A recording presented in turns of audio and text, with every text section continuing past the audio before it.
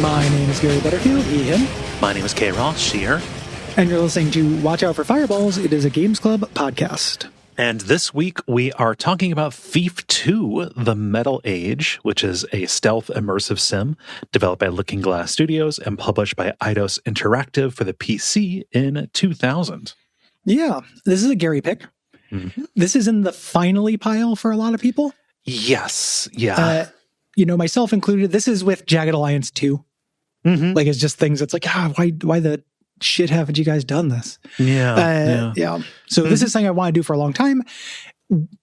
Making a lot of people angry. We previously covered Thief Deadly Shadows. Yep.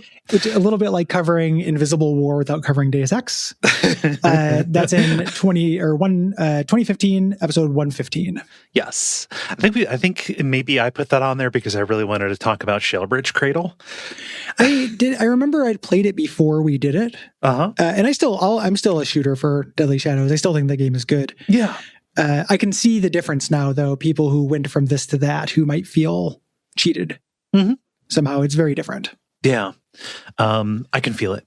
So we're tapping about. We are playing as Garrett, the infamous master thief, finds himself targeted by this new religious movement, this cult called the Mechanists, and their leader, a strange man named Karis. Yes, the biggest concentrated dose of "that's your voice" that you've ever experienced in video games. It is such an interesting choice. It's love really it. Interesting. Yeah. So Thief takes place in this magical steampunk kind of world named the City. And there are two factions here, the Hammerites, who are orderly and kind of represent technology and modernity progress, and the Pagans, who represent chaos and nature.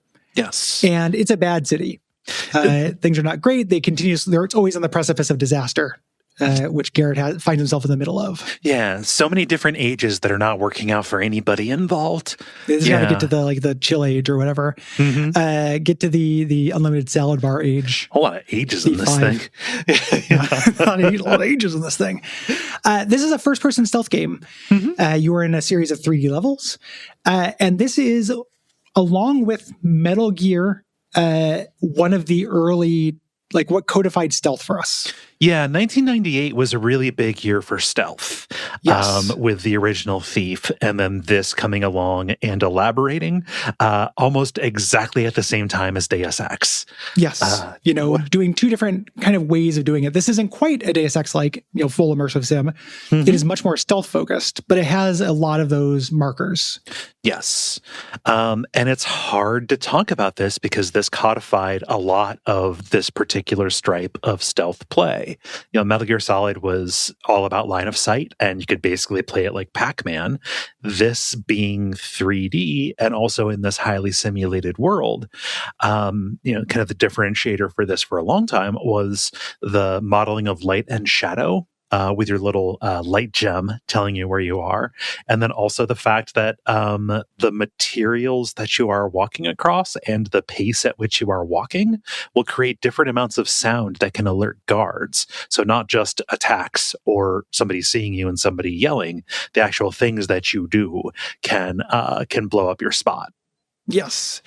This is a thing where, and I say this as somebody who likes Metal Gear Solid, the first one, I think this eats its lunch. in Oh, terms absolutely. of simulating anything to do with stealth. I think that Metal Gear Solid was a stealth game, but I think that the big reason for its success was just presentational. Yes. This does so many smart things in terms of making you actually be stealthy and not in an instant fail Sly Cooper kind of way. Yeah. You are not just hugging walls and avoiding spotlights. This is the most, definitely for the era, and still a contender for the most you can feel like you're doing the thing in the game. Yes. Yeah, absolutely. So like this Metal Gear and Tenchu, Tenchu like weirdly coming out before all of them, like is about as basic as you can get for 3D stealth, or stealth at all, without going back to like Castle Wolfenstein, right? Yeah. And again, the thing about this that makes me feel it's kind of crazy is how modern it can feel. There's such a short line between this and Dishonored, which feels modern to me. So there are patrols, there are lines of sight, you hide in shadows, you mentioned. But like, as I mentioned before, getting caught is not the end of things. There's not a font of unlimited guards. There's not a fail state, except for a couple missions. You can run and reset. Yeah. Run and reset. You can go to a different part of the building. You can fight off a guard before he gets anyone else. Things like that. It's difficult, but you can do it. Yes, it is possible, and you are equipped for it a little bit. But yeah, oftentimes it is just a matter of smoke bomb and run, or flash bomb and run. They also, I don't know if you caught this during your playthrough, but if an enemy is susceptible to flash bombs, you can donk them. Oh, I didn't realize that. That was really like it was an oh shit kind of thing for me. It's an oh shit and donk. If you donk them, but it's real fun to go into a room with like 6 dudes, flash bomb, and then donk them in a line. just knock out all your donking in one day. Yeah. Like I turn away, you guys can't see. I'm just going to donk you real quick. There are these human guards who you can donk, as we mentioned. This is hitting them with a blackjack. Where'd you get that thing? Send mail away. This is one of the most blackjackist games that you've ever played since cards. You will hit people on the back of the head and sap them, and they'll go, oh. And I played this on normal. I knocked out fucking everybody. Oh, I was Dr. Sleep. I was walking around. I was just good night. I was just Sandman. Yeah, absolute Sandman in this shit. I was a one-man football league in terms of causing brain damage through knockouts. I love that that's allowable.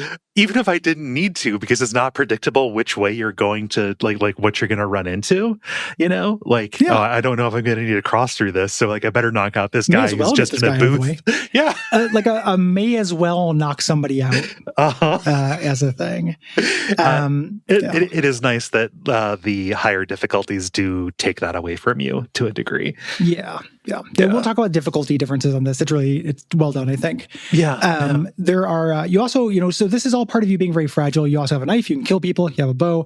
You can kill. It's harder. And it's especially harder to kill mechanical things. You're mostly against human guards, but there are also turrets and cameras and eventually robots. I love the robot designs in this. They're weird. Oh, they're so dorky. Well, they have Karis's face on them.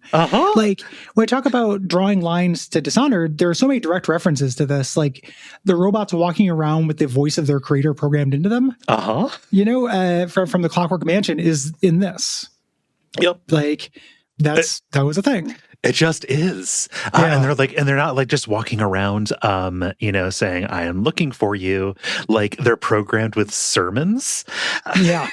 It's a little different than the ones that the tired voice of Jindosh in Dishonored 2, which I like a lot, but it's interesting, the kind of, I made this in my image. Yeah. It's going to talk as me thing. Yeah. We can talk about that difficulty. So this was inspired by GoldenEye, which is interesting. Higher difficulties don't just, mess with the numbers. I doubt it messes with numbers very much at all. Maybe it's easier to be spotted, etc. But the biggest thing is it adds extra things for you to do in order to be able to finish the mission, in order to leave. Yeah. And it takes away things you can do. It adds guards. Like the main thing it does with numbers, it doesn't make guards more hardy, but it will add more of them. Yeah. And these are, I like the way that these are presented in World. Sometimes these are self-imposed challenges. If you go higher up, like Garrett just says, you know what, you're a professional, don't kill anybody. Yeah. And like, there's no reason within the mission. Sometimes there is. Yeah. And they'll tell you that, but it's just like, we don't need to do this. There's an authorial voice to the mission design that comes through in the character. Yes. Yeah. And the missions aren't just to get into a place and take something and get out. As fun as that would be, like, see Thief Simulator, I could play a game that is just that. Like, you are doing like a spy story almost. You're doing like an investigation and spy kind of thing. It's really varied. And they will change like mid-mission in response to dramatic events. You're doing shit like framing. I love the framing mission. It's so good for the fantasy. We just talked about that in the dispatch, but like, I feel cool doing these things and they feel like something my character would do. Yeah. Like it's sick. And you're going to be stealing stuff as well. There's all kinds of incidental shit you can do. Most of the world building is incidental. You just end up reading notes that people have to each other. It's very rarely mandatory. Yeah. And a lot of times it's barely germane. It's just a little side story, but there's all kinds of foreshadowing and cool world building if you do that. And there is, I mean, the levels themselves are full of so much incidental detail, places that you do not need to go because they are modeling functional spaces, right? And like little overheard conversations, like a lot of the time they are for flavor, and just like some of the documents are, but enough of the time it contains like very useful operative information that you want to continue going around and finding these things. You are very motivated to do it. Eavesdrop is a fun verb. Yes. In this game. The levels are really open for the most part. There are multiple approaches to most things, infiltration and exfiltration. Your path won't be linear, but your objectives will force you to go to most places. And a lot of times you don't know where things are. No. Right away. Part of this is with an old school map. This game, and the previous game were famous for this. You do not have question markers or a map that lays everything out. You have a hand-drawn map that tells you if you can get the plans to somewhere, it tells you what the rooms are. You basically have the blueprint. Yeah. But it's up to you to figure out, the pathing between places. You don't know what's between this room and that room. You know you need to get there. But that room might be locked by like a timed gate, not timed gate, but like a electronic gate in another room. Like you can't actually pass by that. Yeah, there might be, you have to find a different way. Like, the person who made this map didn't account for the addition of like a combination lock on this particular deal. Sometimes they are accounted for. But like that amount of just like artifice, like this is not like a God's eye view of things. This is something that you as Garrett in the fantasy would be able to get a hold of, right? Yeah. And as a player, it's fun to do this kind of navigation. This is a classic like Morrowind thing. Precisely. Talk about getting rid of that travel and quest markers and stuff. Like, I want to get to this room that has on the map has this kind of feature. I know it has stairs in the northwest. Like it doesn't. There's not a compass on the screen all the time. You have to get out your compass. And you can be like, okay, that door's on that wall. That means I'm facing west. Yeah. I need to go generally southwest, but I have to go all the way west first because there's a really guarded room here. And it forces such a close, detailed, and careful relationship with the 3D space. Like, I like a waypoint, an interactive, Resident Evil 2 remake style map is very useful. But when the game calls for it, this kind of like dead reckoning, vague details based navigation done right is one of the most exquisite things in games to me. Yeah, it's why I love Morrowind. Yes, yeah, exactly. It's really good. Yeah, a lot of times the maps are kind of mansions or facilities. Sometimes you get compounds, and sometimes you get portions of the city. This is a big difference between Deadly Shadows, which has a hub zone. You need to kind of figure out these vulnerabilities that you're going to exploit to get in, just to kind of unravel the knot of a mission. And a lot of times the ways these are made are sequential.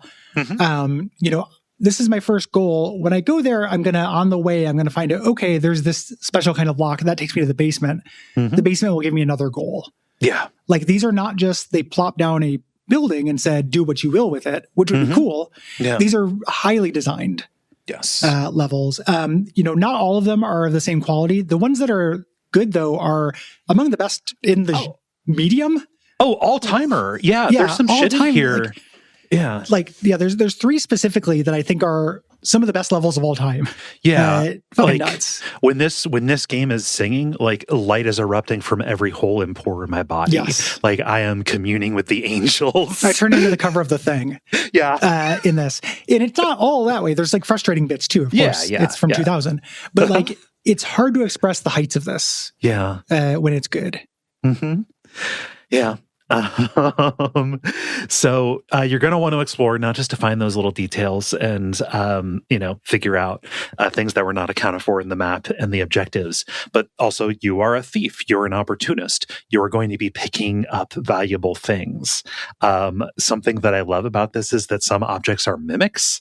Yeah. And it's like, oh shit, this isn't a valuable. I'm suddenly holding this. I need to dispose of it very carefully in a way that is not going to make noise.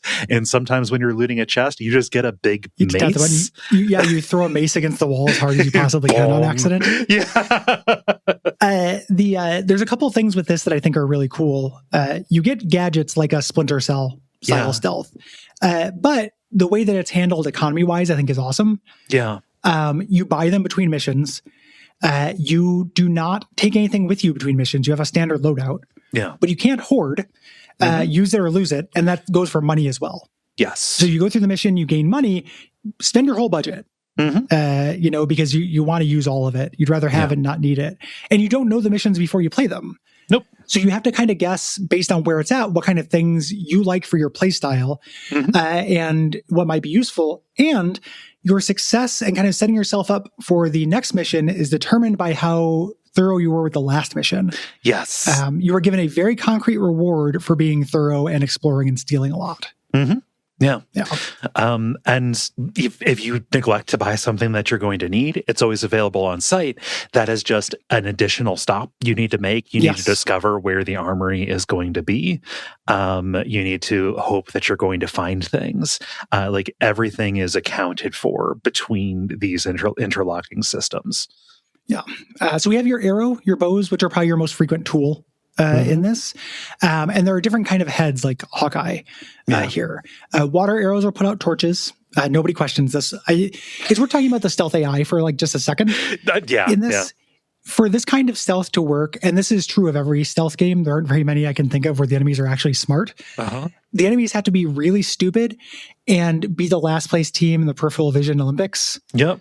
Like you can stand next to an enemy. If you're not directly in front of them and it's dark at all, they will not see you. You're doing like X-Files, like standing in somebody's blind spot. Shit. Yes. Entirely naked cultist in the background of Hereditary. Yeah. is what you are, that cultist. And we don't see Garrett. He might be nude. Ooh, yeah. But the enemies are real dumb in this. Yeah. So you do things like they're standing next to a torch. You hit it with a water arrow and put out the torch, and they'll say like, "Nothing works in this place." A lousy draft. Like the water's wet. Like it's splashed on you, dog. You heard it, and still keep walking. That is the immersion breaking silliness that you have to put up with to get the immersion breaking bliss. Of the other bit. Yeah. Really clever moss arrows change the surface into soft so you can run across without making noise. Super useful when it's useful. Fire arrows are your destructive arrows. These are oftentimes, I found, useful for killing robots. There's another way to kill robots that's like clever too, but if you can't get that angle, this will kill robots. Gas arrows, which knock people out, of course, in kind of an AoE. Rope and vine arrows, which are really similar, but that's awesome. They stick to anything. This is an MVP item. Yeah. Like they're expensive to buy, and when you find them, you only get a couple.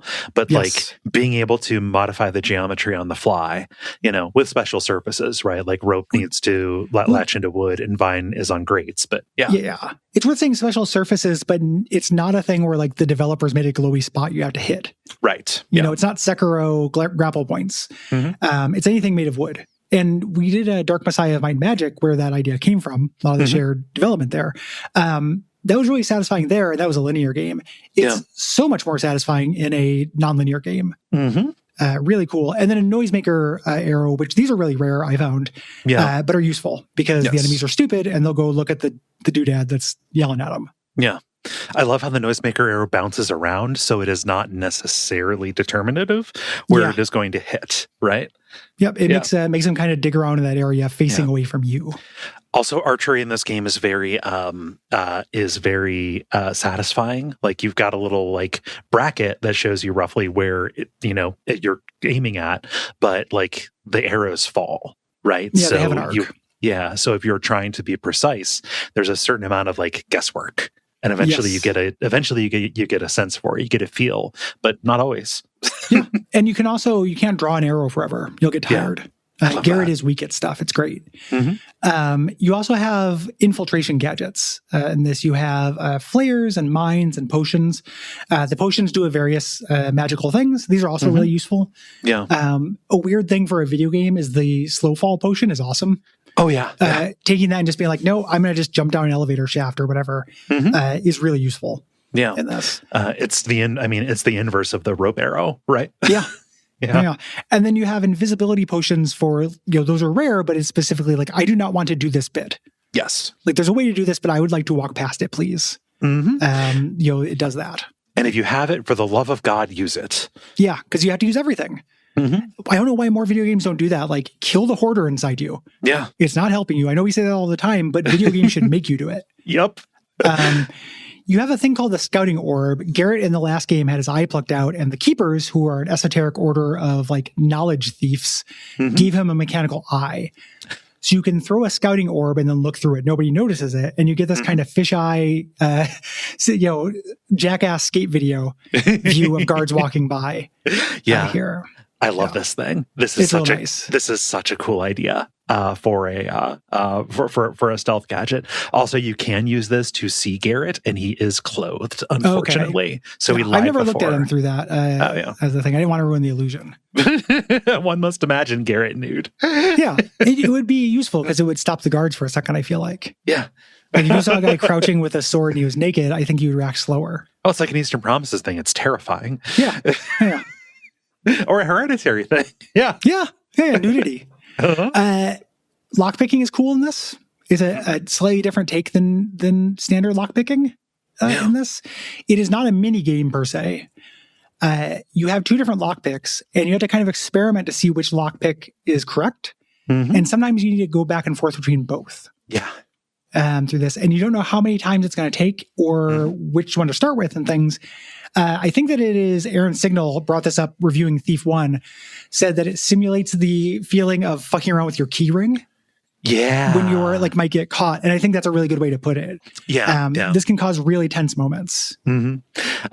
Just a very smart way to create drama. Where otherwise there might not be any.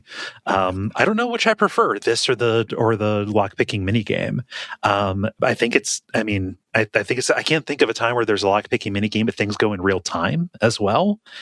Yeah. Yeah, it's rare. The lockpicking in BioShock 2 is like that, the little hacking thing that you do.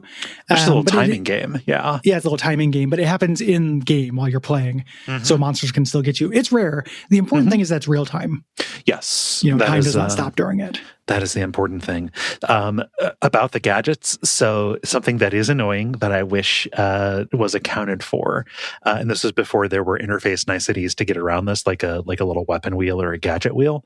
You can press hotkeys to select your weapons, so like different arrows and stuff like that. But gadgets, you have to scroll through manually. Yes. So like if you are just kind of like resting on your compass, like you end up needing to go past a bunch of stuff to try and get to what you need, and you end up carrying a lot of stuff, including some documents that you need to reference from time to time. It's frustrating. Because I suffer for fashion, I have the 8-bit do NES-looking mouse and keyboard.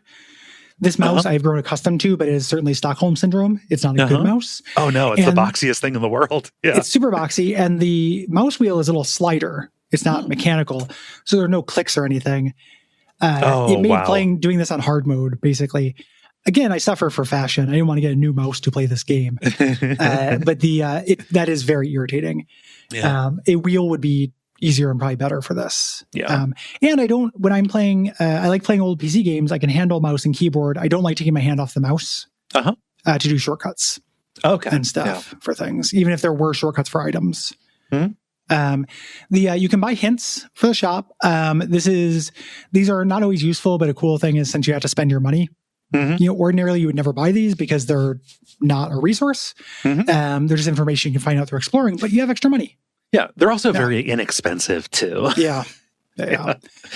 This came out in 2000. So it is too long.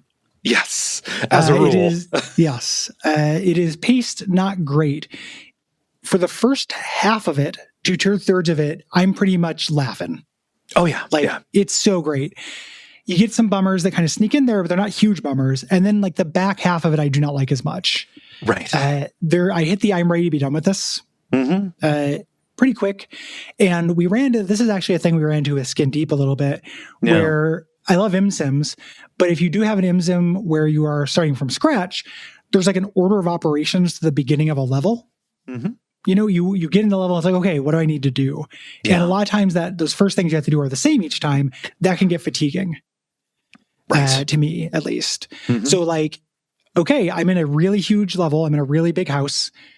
Let's find a method of ingress and let's get to know this new space. You dine on it. It's a long time. Each mission, there's 15 missions in this. Each one took me over an hour. Yeah. People say that they're shorter than that, but I think they're judging based on having already done them. Yeah. At this point, they're over an hour and sometimes as much as 2. Yeah. So long commitments. Incredibly long.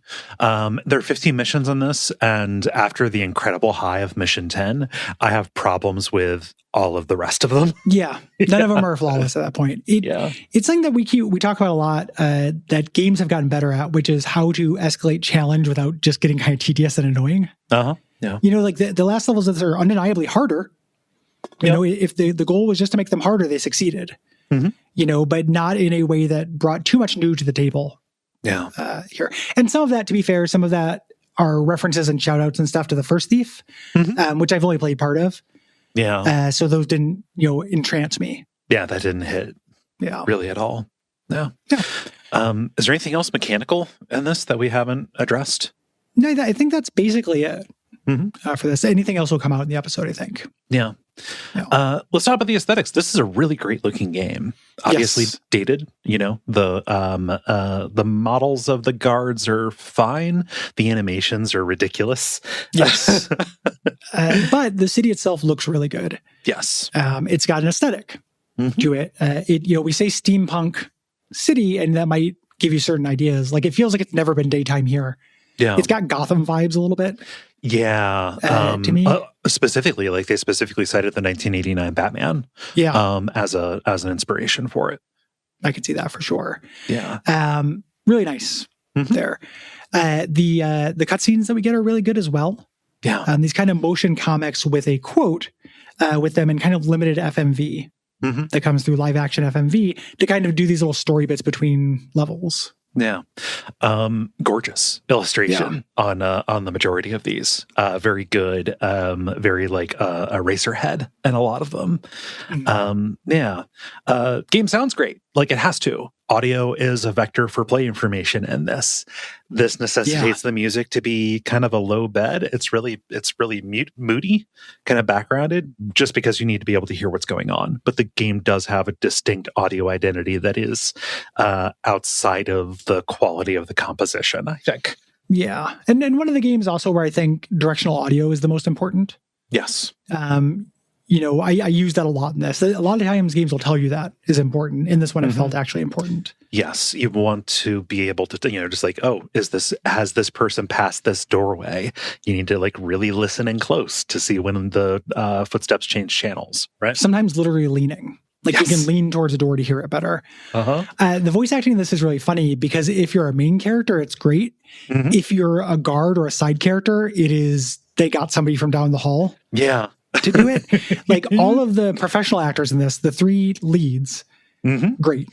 Yeah. You can quibble about Karis, that performance. It's the same voice actor. It's Stephen Russell doing that as well. We'll talk about his choices, but him, Garrett, the main villain, the lady, Victoria. Villain, Victoria, pretty good. The guards sound ludicrous. And the townspeople you better not ludicrous. be taffing about. You better not be taffing about. There's a lot of Innsmouth in them. Guttural yelling. And like all of the female like incidental characters like sound like a very beleaguered woman from The Office talking into one of those old stick mics. Yes. You overhear some civilian conversations that are fucking amazing, like in terms of bad performances. But Stephen Russell is a fucking goat. Oh yeah, Garrett is really, really good. He is cool. He's and got kind of like sells it. Like, he's got like a smarm that is endearing, which is such a dangerous balance to try and walk. Yes. And the villain, Karas, same voice actor, which is really cool. He decided to play him as like Truman Capote. Like Truman Capote meets Droopy Dog. Yes. So, you know, it's a choice. I love it. I love that he is not intimidating. I love that like it you know, it plays into his motivation. He's just a really weird dude. Yes. Right? Yeah. A weird dude with a power complex, possibly because of his comical voice. Yeah. One of the things it reminds me of, and this is a much lesser work of art all across the board. I had an ex-girlfriend who wanted me to watch the Kingsman movie. Okay. In the Kingsman movie, Samuel Jackson is the antagonist, and he does something kind of similar. Ooh. And it's great. Like it's not the same voice, but does a very, like a voice you would not be intimidated by, and plays him as a villain heavy. And it's always a fun juxtaposition. Yeah. Huh. I didn't even know he was in those movies. He's in at least the first one. I didn't keep going because it wasn't good enough to keep going. Yeah. Oh, you never found out if they delivered upon the anal sex promise. I assume they did. I assume that was what the sequel was about. The Kingsman and Her Majesty's. It's about prep and aftercare. Treasury. Yeah, like whatever. I'm sure. I feel like they did get into it. The Kingsman 1.5, the DVD interquel. There are webisodes you can watch on Pornhub. Yeah. about that. Austin Butler's got a hung dong. Yeah. So the story is really good. I like the story in this quite a bit. Me too. You know, like you start out just by being a jobber, you know, like literally the second mission in this is just making rent, which I love, but it turns into this like investigation and spy story. You're unraveling a conspiracy. Like you're going to really varied places and doing cool shit. It has a defined 3-act structure. Very cool motivations. Garrett grows over the course of this in a satisfying way. Yeah. We have character change. He also, it sells the idea of like a Han Solo kind of character where this is none of his fucking business, but he is drawn into, it becomes personal enough to where he ends up saving the world. Yes. That is like an archetype, I feel like a lot of times is fumbled because the story just kind of says it's true and it doesn't feel like it's true. Yeah. Like you say a character only cares about themselves and then immediately they're on board or what have you. Garrett isn't like that. Like it takes a while to win Garrett over. He's doing his own thing for a long time. Yeah. You know? So this is the development of this. This is the follow-up to Thief the Dark Project. Absolutely revolutionary game. It did a lot of the things this game did first. Yes. But it is much more antiquated, primarily in level design. Oh, yeah. Thief 1, I find hard to go back to. There are really good levels in it. There are cool things about it. Yeah. When I was looking at this as well. So when Ken Levine had this idea for Thief, he wanted to make an action RPG that was inspired by Castle Wolfenstein and Diablo. Two diametrically opposed opposite things. And the dumb thing, you know, you can see Ken Levine being an idiot even early on, is that Diablo does not have a place in this. No, not at all. Thief 1 has more of that. There are more monsters. You're being chased by like zombies and shit. Yeah. There are more mazes. Yeah. It has more of a traditional game where thieving happens a lot of the time. Whereas in Thief 2, you are a thief doing thief shit. And every once in a while, something else happens. Yeah, like they had a lot of intentions for Thief 1 to be more like this, is the sense that I get after Ken Levine left and stopped trying to make a game about communist zombies. Yes, yeah. Better red than undead. Or the ghastly dark elves must die. School of Wizards would be okay. Yeah, it'd be fine. Yeah, I mean it's not a catchy name. No, but like I don't know, that might be cool. Yeah. They just ended up falling back on some kind of, when they had to cut back the simulation, they ended up having to fall back on more tried and true, like first person game design, which made it feel a lot more like other first person games, despite the hints of it being something different and cooler. right? Like others, but worse, because you're also not hardy or particularly efficacious in those. Like you can sneak out behind people and kill them, but like fairly early on in Thief 1, and somebody who is more familiar with it might correct me, but fairly early on, like first third of the game, maybe near the end of the first third, you start running into enemies that you cannot knock out or stab from behind. And like that's a mistake. That's really early to start introducing, like taking away your primary thiefy way to deal with. You start dealing with monsters, and like my understanding is that the cues for whether or not they noticed you were not very clear. Also, like this is a monster; it's not behaving like a human does. I think one of the parts of a stealth game is like you need to be able to understand the motivation of who you're dealing with for it to to map on. So like knowing that they're just doing a job, I think is important, right? For the characterization and the way that a lot of these guys kind of move around. If you're just dealing with fantasy monsters, it's just kind of like, oh well, it's gonna like once it sees me, it's going to run up and attack me. And right? why like is it here? Yeah, like why is it walking back and forth? Why would a zombie be patrolling? The I thought of something in gameplay that we forgot to talk about that we should camp out on just for a second, which is lighting. Oh yeah. You had mentioned the gem. You have a little gem here that tells you the 4 different states of light that you have. In this, not only can you control that with water arrows, as we mentioned, but the game is really canny about when you cannot. There are electronic light fixtures, some of which have switches. And you are invisible in darkness. Yes. 100%. I think I mentioned that as ancillary to another point, but it's worth saying you are completely invisible in darkness. Right. You can be like right next to somebody. Yeah. And this is really tense. It gives you a lot of feelings until you realize how powerful you are with this. A lot of amnesia feelings. Of you being right next to a guy who's walking by, oh, is he going to catch me? Eventually, you realize this is kind of a superpower. Yes. And you can just walk beside somebody and figure out, when they're going to turn, what the tells are, and just knock their ass out. Or just be dark and just walk past them. It takes them a minute to get fully alerted. Some of my favorite kind of situations in this revolved around I can't control the light.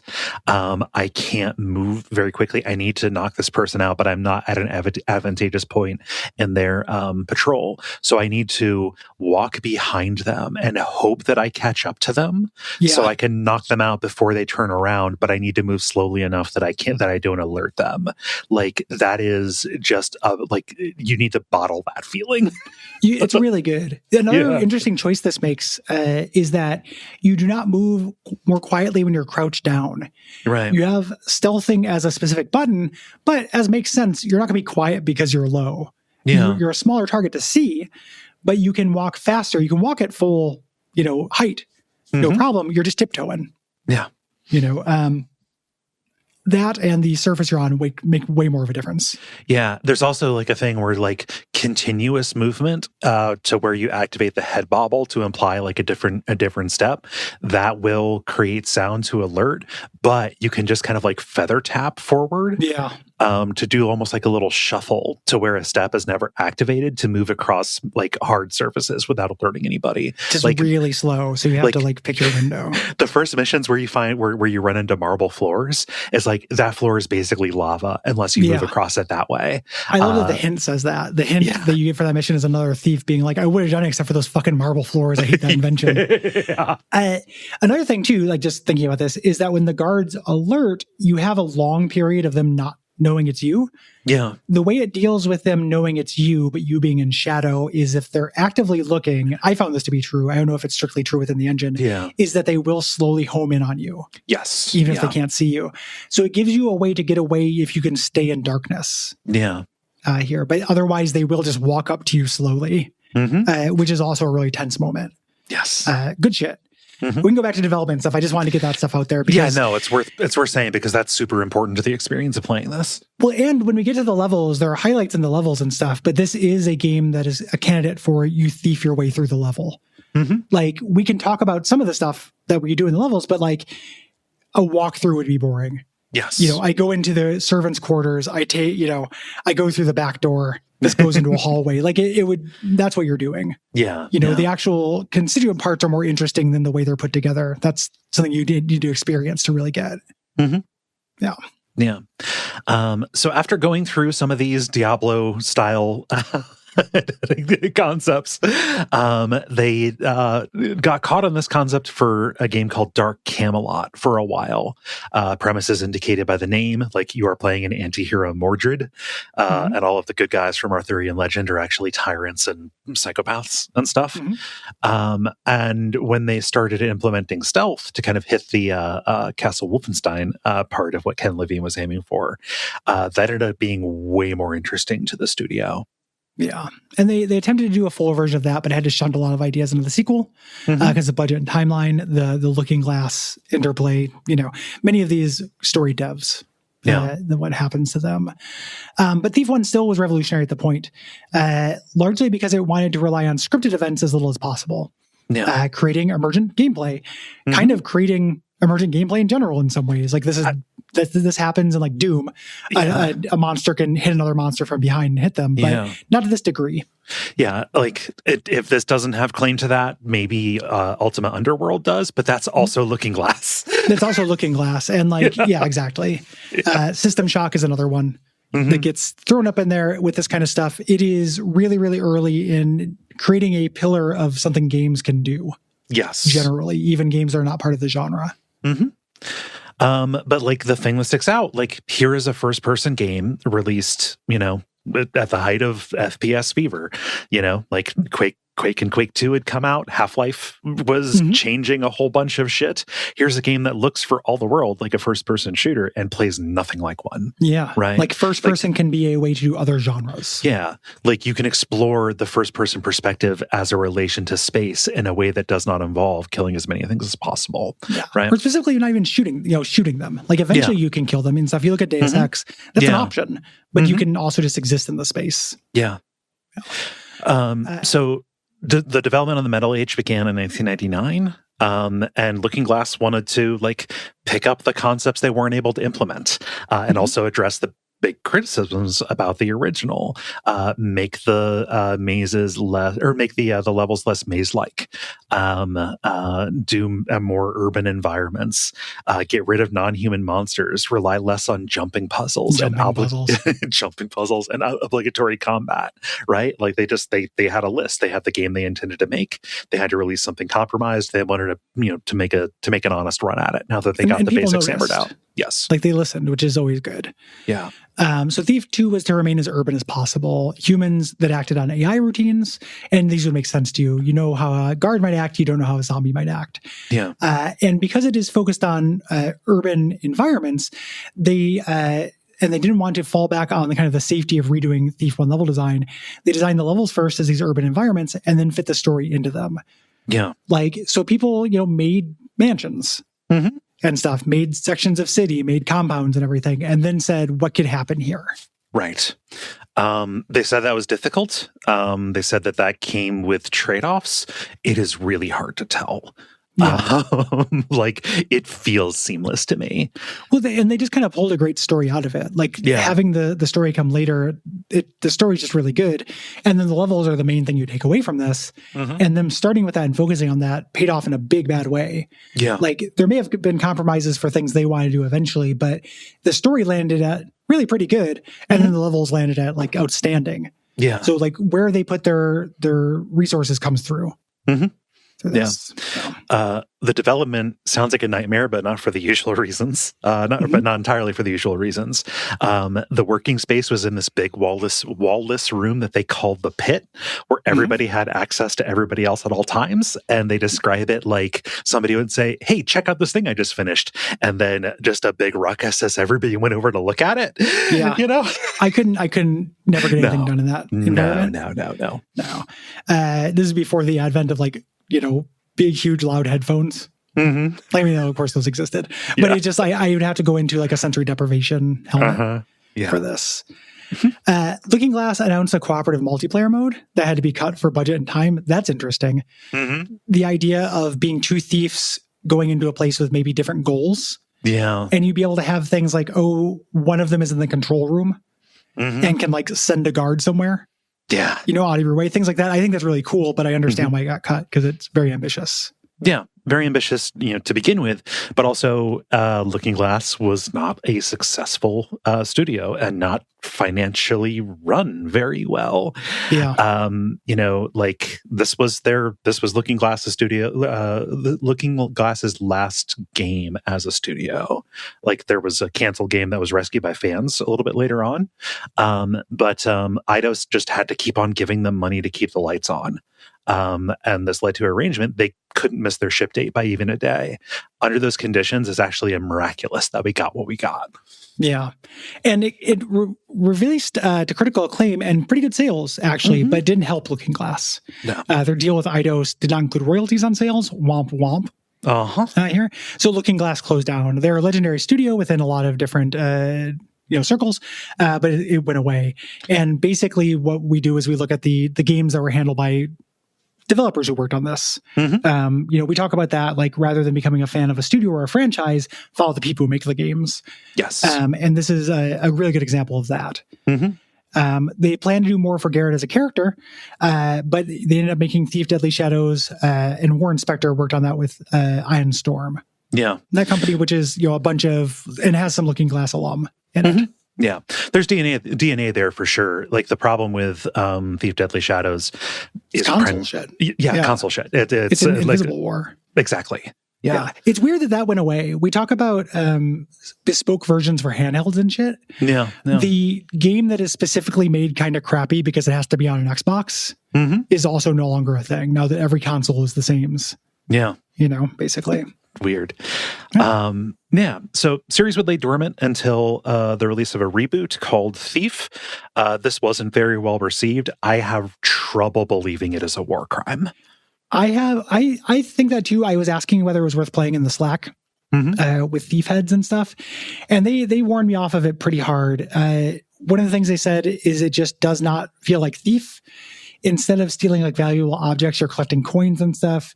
You have the rope arrows, but they only go into specific markers on the wall, things like that. I bet you it's a perfectly, like, there's some interesting things that happen to it, and it's like a 5 or 6 out of 10. Yeah. I bet you it is not like absolute war crime, but it's sad. Like, it is sad that we did not get a good modern reboot other than fucking Dishonored. Yeah. Which is the modern reboot of this. Yeah. Like, literally. We actually got a great game. Yeah, we got a fantastic game. Like, that also has, like, it's Garrett's voice actor who plays Corvo, at least in the second one. They like, literally, a lot of the same theming and stuff. Yeah. In terms of, so we did get that eventually, but it's similar to how we didn't get a System Shock 3. We got, Prey. Yeah. When I get settled in my new place, I had no idea this was released. Thief VR Legacy of Shadow released. I have heard nothing about it because it's on VR. I want to see, not because of story reasons. It takes place between Deadly Shadows and the reboot, but because archery is like one of the most fun things to do in a VR game. Yeah. And I want to see how that plays out in a stealth context. So it's probably dumb and embarrassing, but I want to give it a shot. Yeah, it's at least worth reading about.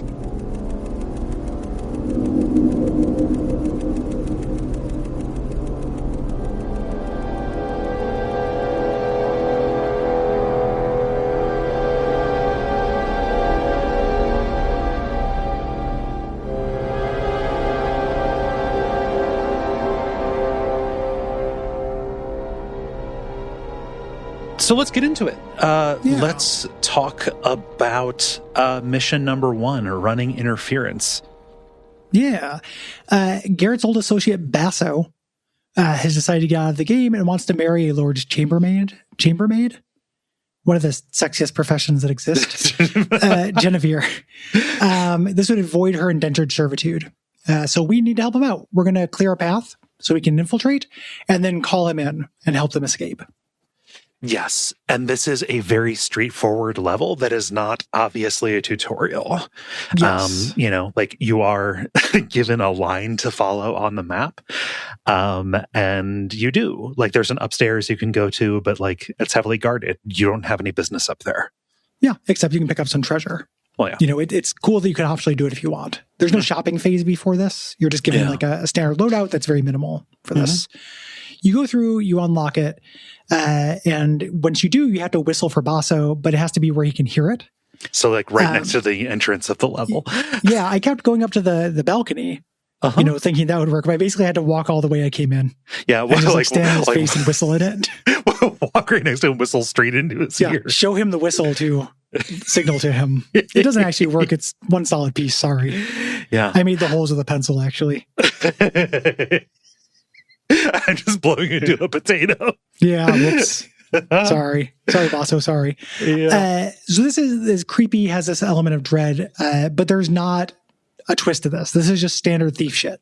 Yeah, we haven't even gotten to the main plot yet. Yeah, this is not a setup or anything. Like this doesn't like have anything to do with what happens later. Like you will later when you're in a police station, like hear somebody from this being interrogated. Like you just ask like, "Hey, just this woman's missing. What happened?" And I don't know what happened. But yeah, no, it is just Garrett helping out a buddy who happens to have given you a very straightforward thing to do by tracing a line. So you don't need to worry about like the navigation side of things. It's useful. The 1-2 punch of the first two missions of this are very useful as tutorials. Yes. Mission 2, this is one of the 3 I put in the all-timer. Oh God, yeah. Yeah. Like this is great. It's called shipping ... and receiving. Title's a little dorky. But the idea is there hasn't been a lot of work for a thief. There's a new sheriff in town, Sheriff Truitt, and they've started cracking down. So you need to go loot a warehouse to make your rent. Yeah. Here. And they just stick you in a zone. There are 2 buildings, Building A and Building B. And there is a ship that is parked here and everything. There's a lot of stuff, and it is just open-ended. You are given a goal to get $500 worth of loot. Yes. That's it. And then set loose in this place that is patrolled like a bunch of warehouses. But it is not just like industrial zone level in this. Like these warehouses are also used as like workshops and stuff for like individual businesses. You're infiltrating a WeWork. Yeah, exactly. And so like there's a ton of character to each of these individual little stalls. You're finding like miniature stories about like life and business in the city, and like all of these individual just kind of like entanglements that people have and like the weird illegal shit that they're doing in their storage units. It's also having that you just have to get a minimum amount of money. Goal is so good because you play this level until it's done. A lot of these levels are like chicken wings. Yeah. Like they're done when you want them to be done. You can just keep working on little bits. Yeah. And it's up to you to throw them away. Other people have different experiences with this level, depending on how completionist you want to be through it. Yeah. The gimmick to this warehouse is that all the doors are controlled from a central repository, kind of like a room where you dial in combos and only one door can be open at a time, which is very funny. They also have little guard stations where you can put in new combos, which is more of a player conceit. Yeah. You do need to pickpocket a key to those off of guards, or if you're going around putting people to sleep, unburdening them, because falling over on your keys is really painful. Yeah, you don't want it to happen to them, and they're going to fall over. Yeah. We didn't mention this before because it's a minor mechanic, but you can pickpocket. Yes. As well. You can take anything a guard's carrying without them knowing if they don't see you. Including the arrows off of their back so they can't shoot you. Love it. Love it. Yeah. So things are going bad, as we mentioned. Businesses are failing. So there's this big illicit spice trade. We're also going to see the rise of the principal antagonist of the game here, the mechanists. They have basically the second building is largely theirs, even though they have some fingers in the first building as well. We don't get a whole lot of their plotting here. We just see that they're a splinter sect of the Hammerites, and they're growing in power. Yes. And they are like one of the only things that is keeping some of the merchants in the city afloat, right? Like some of the businesses that you find are like either like artifacts dealers or like a lens grinder, who's like making parts for their machines, and it's unclear. And he was like, I have no idea what they want this for, but this is the biggest lens I've ever made. Yeah. And it's expensive, so you want to take it. Yeah. Here. Really fun. Fun laid out, really, really good. You are making those shuttle runs back to the initial control room at first, which can get a little tedious. Once you find out that there are the little side rooms that do this, it gets a lot easier. Yes. And also the room numbers and their codes are labeled on your map once you find them out. Yes, which is very good. So you don't have to do any shuttle runs or write stuff down yourself. Something about the map is you can just click on it and then leave your own little note there too. Which is quite nice, and also the map screen. If you scroll to the very end of it, has a little notes section, like the back of a Sega Genesis manual. Yes, yeah, you can write down whatever you like, your codes here. The kind of big optional goal in this is, to get the most money is to go get in the pirate ship, the ship captain, the spice smuggler, get onto his ship and get a cut of his spice, get a big chunk of money from that. Yeah. He's corrupt, he's corrupt and involved with the harbor master. So you think that you get on the ship and that's where all the stuff is going to be. It's a diary that tells you where among the crates the other half of the profits is. So you can steal the harbor master's share of the profits and then also the captain's. Great. You go into one of the things, there's a recording studio you break into and you steal the compositions that have not been sold yet. Love that. What do you mean you wrote this? Little bootlegs. There is the most famous butcher who sells the best steaks in the entire world. You break into his unit and he's got cages of big spiders. He's selling spider meat. Yeah. And there's a button that you click because it's a button in a video game and it unleashes the spiders on you. And if you run away, the spiders will just kind of be around for the rest of the level. It's real great. Yeah. What is the rib witch made of? Pig? Yeah. No, think smaller, more legs. More legs, yeah. So we get mission 3, Framed. Client comes in and approaches Garrett for a job. You need to break into Shoals Gate station facility and frame Lieutenant Hagen for stealing evidence. Yes. Here. This is the thing that's going to start kind of putting us on the trail of our false antagonist, Sheriff Truart. Yes, Sheriff Gorman Truart. And in the briefing for this, Garrett's like, I've been wanting to try and break into Shoals Gate Station, so I might as well take this. Yeah. The maniac has been planning to break into a police station. Yeah. And we later do the bank, and he's like, yeah, I've done the bank. I must be a master thief. I got into the ultimate vault of this. Yeah. And this is this mission's complicated. Yeah. We need to go into evidence lockup, grab evidence, move it to Hagen's office, and leave one of Hagen's things in lockup. Yeah. So to finger him specifically. Yes. And also, you don't want anybody to get suspicious that somebody might have manufactured this. So you need to do this without killing or subduing more than 5 guards. I love that if 5 guards die that night, it's not suspicious. Yeah, that's just regular attrition. Yeah. We got a high churn. It's not a good job.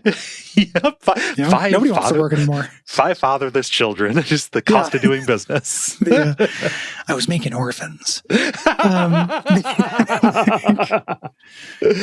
Oh my God. So there's a sign posted way into the building, like the front gate. You have to cross a drawbridge to get to it. It is completely covered by these security cameras, these mechanical faces. But your map gives you, details about the sewers that go beneath this. So you can get into an unmanned utility building and then swim all the way through. And some of the stretches are very long. You're going to be dipping a little bit into your health. They give you a breath potion right before you get in. And it doesn't tell you what a breath potion does if you haven't played the first one. This refills your breath. It doesn't make it so you don't use your breath. So don't use it before you get in. Yeah. These cameras that have faces on them, they are slow to move and they take a beat before they notice you, and you are safe under them. And you can tell they have like a little color indicator. Basically, green's all good. There's orange for you're standing in the wrong place. And then at red, they make noises and stuff.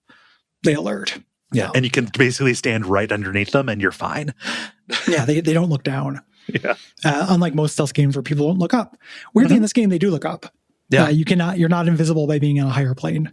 Yeah. This is a big area. There's a lot of things to do. You have a complicated goal that's going to put you through a lot of the level. Yeah. Yes. And at least on normal, you don't have to go to a lot of it. You can go down into the cell blocks just to see. And the prisoners have these voice acted little rants. You can overhear an interrogation happening, and that is separate from the little conference room where the witness is being questioned. Right. Yeah. Cool secret. There have been secrets in these levels as well. This thing you're ranked on. at the end. This one has a nice, you go into an archery range and your character will be like, I could stand to bone up on my archery. If you make the hardest target, it opens up a thing. If you walk up to it, it's because there's a button there. On there. Somebody is like, get a little reward. Where if you are the best guard who does this, you get some arrows, some additional arrows. Water arrows, which I assume you send to thirsty guards. It's so funny, like where you find water arrows, because sometimes they're in fountains, and when you take them, the fountain stops working. Yeah, same with moss arrows. Like moss arrows will be just plant life. Yeah. And at least one point, I have a bullet point about this. But like when you're going through like the bullpen, like the offices, some of the desks just have water arrows. Like people are sucking off the arrows instead of water bottles. The thing I was thinking about is maybe these are just sources of water that Garrett is making into water arrows. Yeah, and he sees them as water arrows, like a cartoon might see a cat as a big steak. Yeah, I don't know. Yeah, not sure. So we get Higgins' handkerchief and read his diary and find out there's dissension. Truart is a zealot. He's been killing pagans for this. Pagans are, again, the kind of wildlings of this. The antagonist of the first game, largely. And Lieutenant Hagen is completely on board. Lieutenant Mosley is resisting this. Mosley.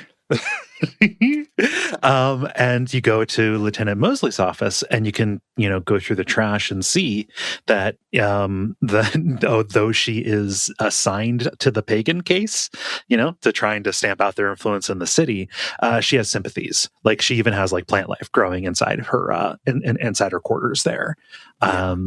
She is working with them, and she talks about how she's worried for her garden. Like plants are not growing in the city, and her coworkers are increasingly like the police force is no longer like people who signed up to do this job out of principle. It's like thugs that it's thugs that she once arrested who have been conscripted because they're going to do the violence that Truart wants them to do.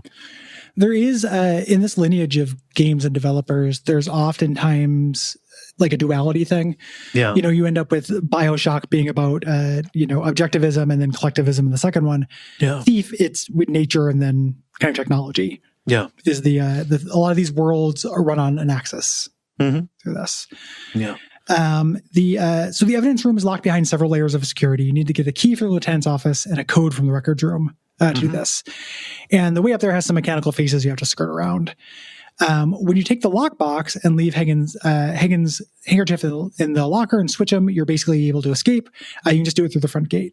So any way you can exfiltrate is fine. Yeah, you can deactivate all of the security on the way out. Yeah. We get our kind of first switching things up mission here with mission 4, Ambush. I like this. Apparently people online do not like this very much. I can see how like a cool change of pace to me. Yeah, I liked this, and I like that it came early, right? Like we've done a couple of like stealthy, like infiltration thievery kind of things. I think that this is really cool because it gives you just an entire, like the central city to go through, and it's forcing you to think on your feet and get through like kind of like cascading series of bottlenecks. Yeah. It was fun to try and figure out how to untie these knots.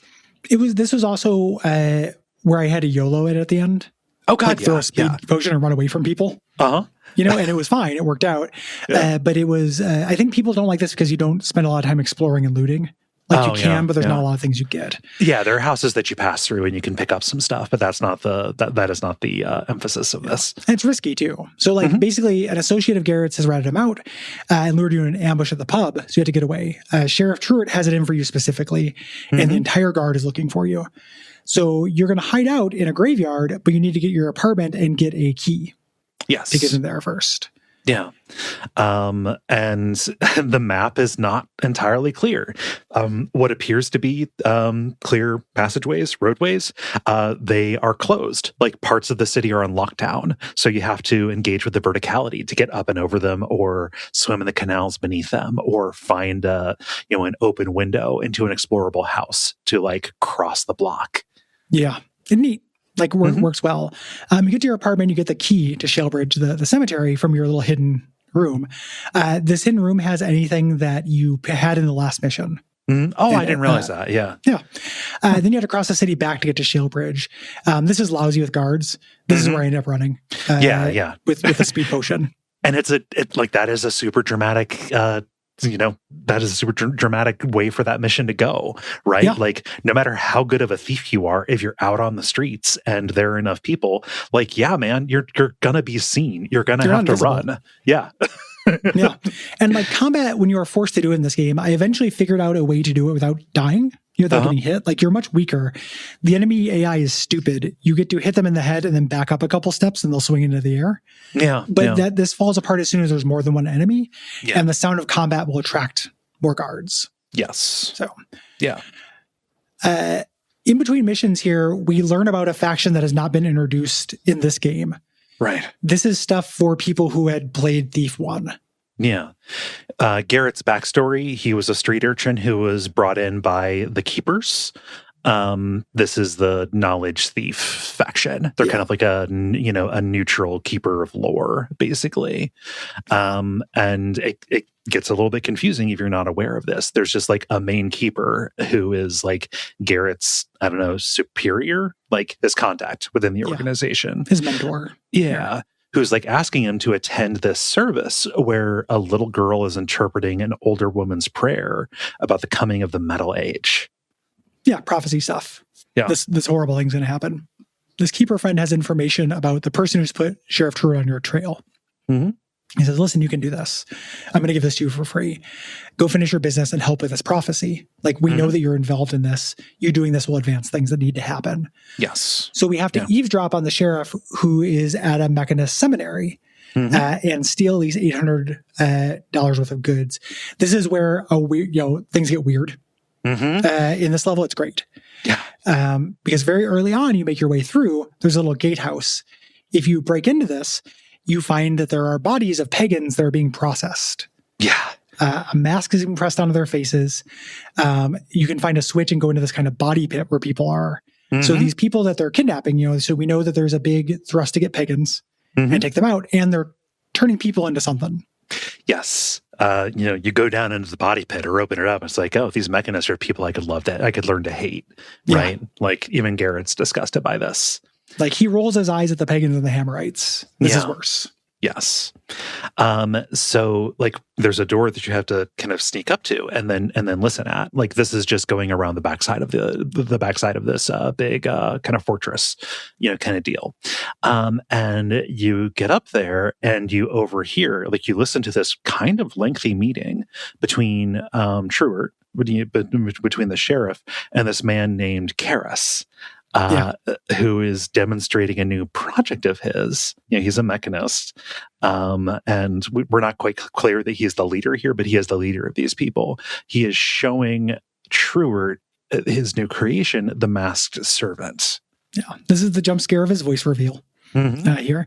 And he's showing the Masked Servant, so we can, surmise this is what they're putting together. But then he has his other thing he's doing. He has a person he's abducted who has been modified with the mask. He says that removes their humanity. We're going to find out that's not true. As we knock people out with that, they'll say thank you and shit. Yeah. They giggle sometimes, like, it fucks them up. Yeah, they're conscious, but their body is compelled to follow simple orders. Yeah. Karras takes a street woman in and demonstrates a security feature of this. When the woman gets close, the mask emits a gas that dissolves them both under rust. Horrifying. Super cool. Also, very clearly, not clearly this, but it reminds me of nanomachines.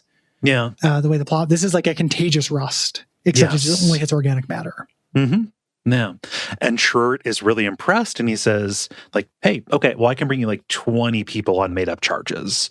So you can make these things basically for the aristocracy, right? Like, this is a way to turn people into robots that will be servants. Slaves. Yes. Yeah. Slaves is the better way to put it. And Karras equals family members, esteemed associates, team players. But this obviously Karras is not just doing this for money. This is a religion. He's got a plan, right? Yeah. After the meeting concludes, we can hear him talk about to his men about how he's captured a recording of the meeting. Mm-hmm. He's got a wax cylinder machine that's brand new. Truett is fearful of a scandal, and this recording creates some leverage. He's going to store the recording at the bank, and the safety deposit key will be held in the pulpit. Yeah. So we're going to go to the bank next mission, but we need to make a copy of the key. I love that we don't steal the key. Because then it would be noticed, right? Yeah. We just take it and make a wax impression. Of it. So now we're not just going up to the door at the back. We need to get inside this, this religious facility, into the sanctuary, like right in the most observed and patrolled part of this. Yeah. Pretty cool. We get in, we get to see kind of the mechanist, how they work, this big, mechanical angel statue they use, and the fact that they worship Karis, basically. Yes. Yeah. He is kind of a god king on Earth. Do my bidding. I can't do the Capote voice. Yeah. But you gotta, you grab the key, but all the stuff to make the impression is downstairs with the cog manufacturing stuff. And the basement, the workshop is patrolled, but also one of the ways through is a catacomb where you run into the one undead enemy in the game. Yeah. A little Easter egg there. Yeah. When we get the key and we put it back, there's a patrolling mech that we'll run into. There are two kinds of patrolling mechs. There are little ones and big ones. The little ones will not fight you, but they will get help immediately. The big ones will fight you and kill you. And they both have a furnace on the back because it's steampunk. If you shoot them with a water arrow in the back, you can disable them. One for the littles, two for the bigs. You find a note Karis is giving feedback on the designs. I really need these to not fall apart when it rains. Yeah, they never fix it. They deploy it as is. Yeah. And the big ones, they will attack you. They've got a couple of different things, but the primary one that got me was them launching grenades. However, if you stand close to them, the grenade will bounce off of you. It bounces off. It still hurts. But, it still hurts, but it bounces and then it lands at their feet, and that is a way to take them out permanently. Yeah. Same thing with mines. You get mines in this level. Yeah. Mines are basically each one subtracts a robot. Yeah. From this. This brings us into mission 6, which is the second one I consider to be an all-timer. I love this mission. First City Bank and Trust, which this is the one where he's I've always wanted to break into the biggest vault in the city. We have to go in and find the safety deposit box that the mechanists use. We don't know the number. We just have the key, which means we have to hit the Hall of Records and get in there. Yeah. Through this. The Hall of Records is not hard. Nope. We can get in through the roof. There's a lot of ways to get in, but the vault is barred. Yep. There is a big metal stick through it. We have to go down to the basement through here. Yeah. And this is blocked by a bunch of patrolling robots, right? It's a rough path. And for as loud as they are, they can sometimes sneak up on you, right? Yeah. Just because when there's one of them around, it makes enough noise to cover up the possibility that there might be two. Yeah. They can't see in the dark or anything. You don't have to worry about that. Yeah. But they are usually in well-lit electronic-y areas. Yeah. At the end, there's a little bit of lights out because it's a video game. We're playing a little lights out here. This lowers the bar on the vault. Then we have to go back to it. Yeah. The upper floors are very well lit. You do not have a lot of control, and the rooms are quite large. And it's, finding the path here. So the main lobby of the bank is suicide. Yeah. It's crazy. There's the mega mech and then a bunch of guards and stuff. But that is a hub because it would be. So that is a very desirable room if you can figure out a way to make your way across any part of it. Through there. It connects everything. Yeah. Otherwise, I ended up going, doing a lot of this from the outside, doing a lot of the crossing and then just finding another way back in. Yeah. Yeah. Once you get inside, we have to go up to the third level of the vault. It has these ladders and there are mechanical masks here. We have to make our way up. And we use our key to get in and grab a gramophone. Then we just have to leave. Any way you want to leave is fine. Yeah. Just run outside the building and then the mission will end. Yeah.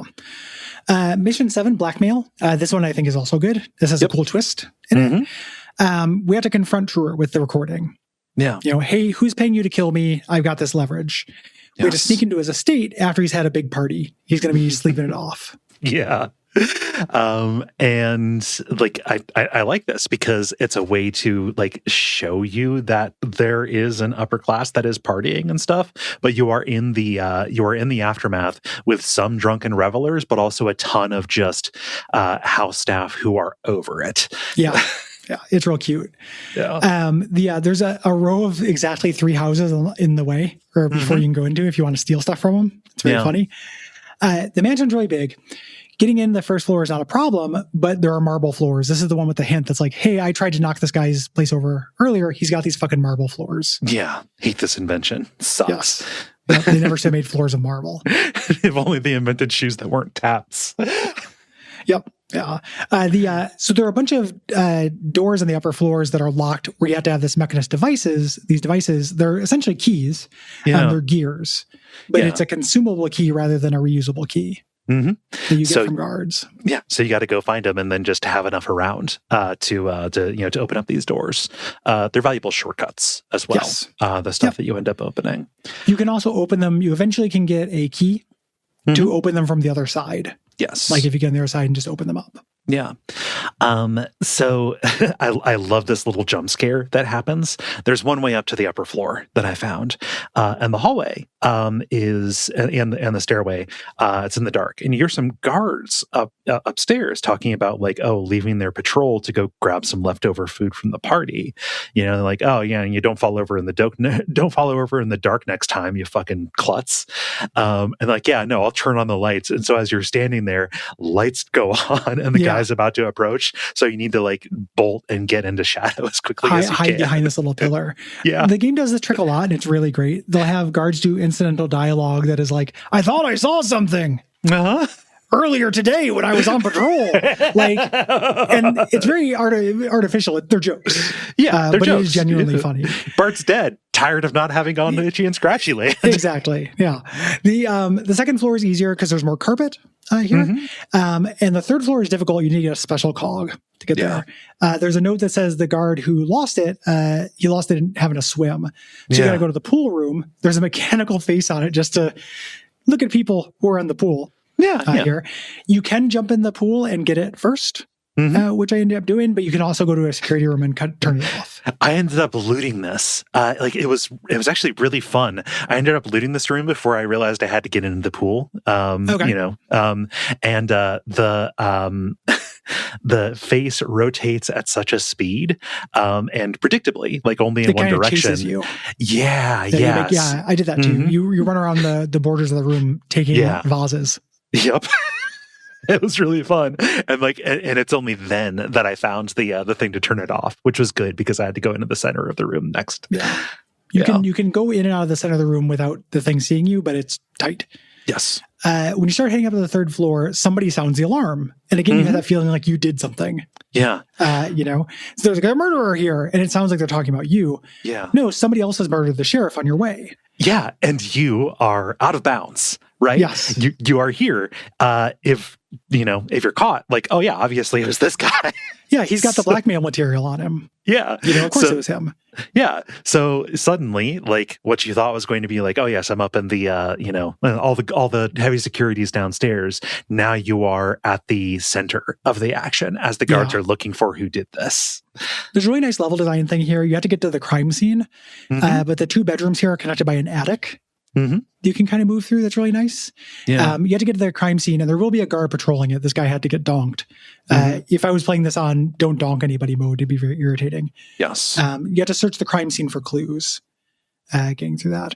And when you do, we find Lieutenant Mosley's keyring next to the body. We take this and we escape. And this is where we have one incredible mission after this. This is the beginning of the bummers to me. Yes. These next ones are not the end of the world, but I don't like these next 2 missions very much. Then we get the highest high, and then it's all stuff I kind of have a problem with. But 2/3 of the game is really great, which is pretty good. Two-thirds of the game is one of the best games ever made. Yeah, and 1/3 of it is not a war crime. It's just I'm sick of it. Yeah, and some of it's pretty bad. Mission 8 I don't like. This is Trace the Courier. Mosley has an alibi, but the noose is tightening on her. She's delivering a letter. So we're going to trail her and find out who's delivering it. And this is a follow somebody, but don't follow them so close mission. It's not very tight with that stuff, but it's also not very thiefy. You're walking behind them, you duck into alcoves and stuff. But mostly you're just trailing somebody slowly who turns around at random intervals. Yes. For this. Yeah. There are some creative ways to like, catch up with her. Like losing sight of her is really bad because then like, oh, right, I lost her. She's gone. There's no quest marker. Yeah. So like knowing when you can break line of sight and, kind of like anticipate where she's going and get ahead. Because she's walking past guards, no problem. You will be caught.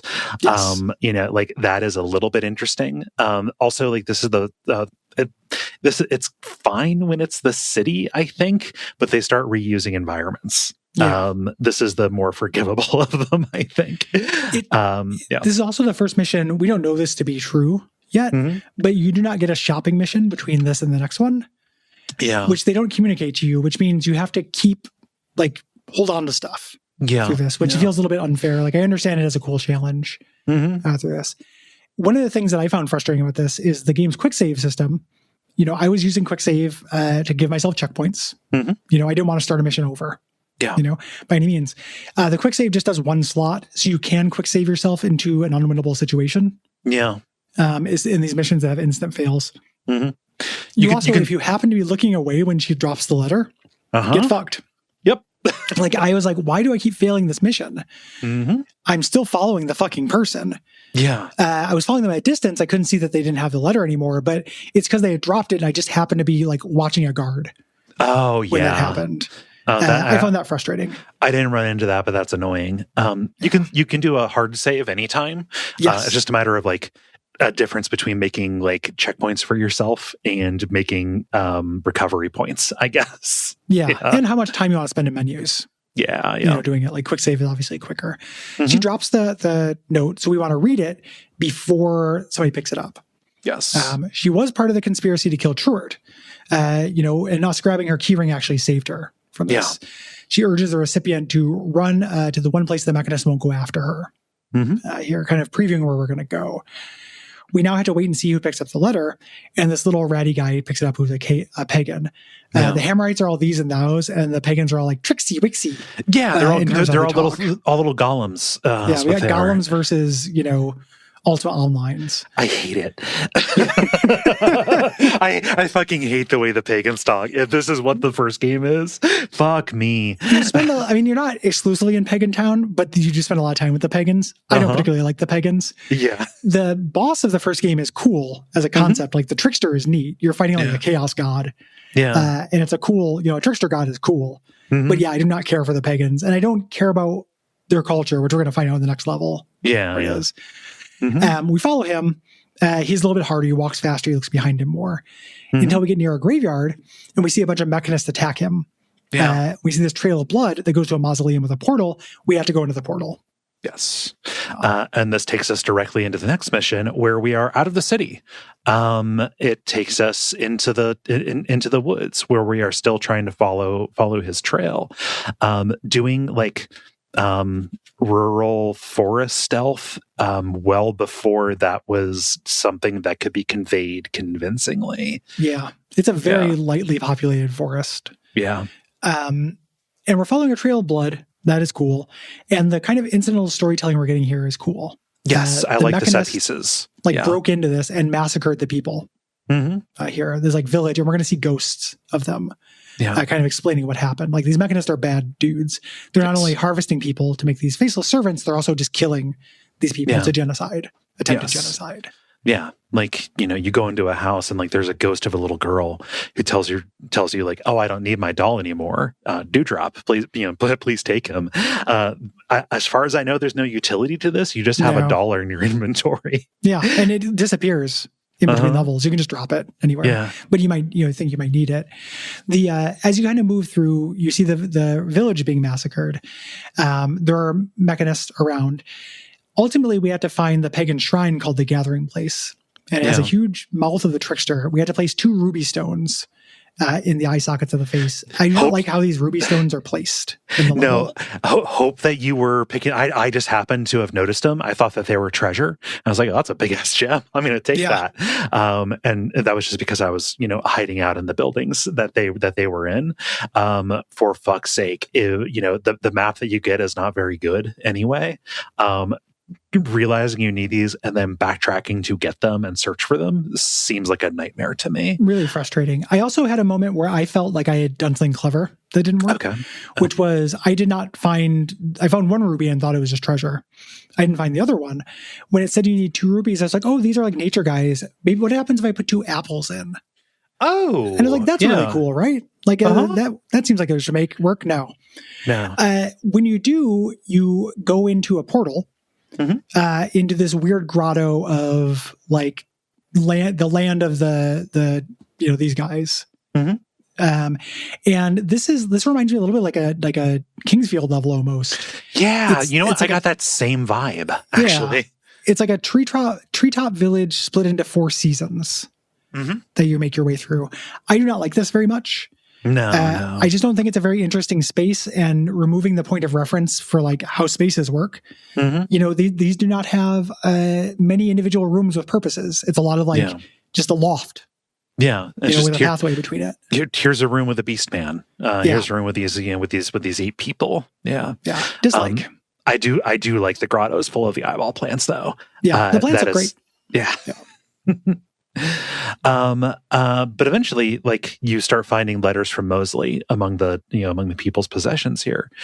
Truer was hired by the Mechanists to eliminate the pagans, and he also wants me dead for some reason. We don't know why yet, but we follow the trail of blood down to a grotto that is full of Ents. We cannot take out. There are too many of them.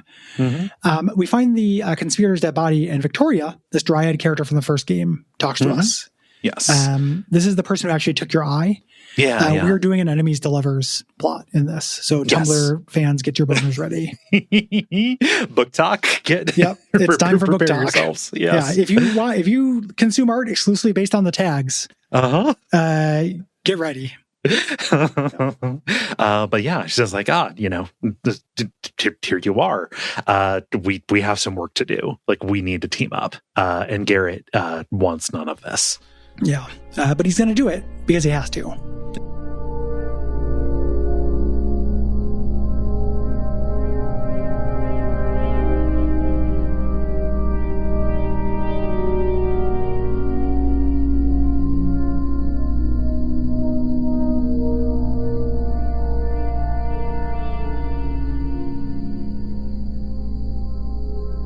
Karis is working to, we find out, Karis is working to rewrite the Hammerite text as part of his plot. He's trying to change the religion. He's got a party at Angel Watch, which is their big stronghold. We need to infiltrate it, get in, find out what his plans are, and learn what this project that has been alluded to, Project Cetus, is. Victoria's informants have been talking about it. Yeah. This is 2 levels in one. The first level is crossing the town on rooftops, aka the Thieves' Highway, which they just looked at and was like, oh, let's make Dishonored this. Yeah. Like, let's make the beginning of every Dishonored this. Yeah. There's so much fucking going on here. Did you find the Necromancer's Tower? No, I didn't. I only read about that later on. Yeah, it's neat. Yeah. There's like it's a little Evil Dead reference. You can read from a book and it summons zombies at you. Yay. There's just like a lot of treasure here. There's a lot of little incidental storytelling, tons of little apartments to go into. Yeah. It's like you're in the top ramparts of all of these castles. Like this is the rich part of town.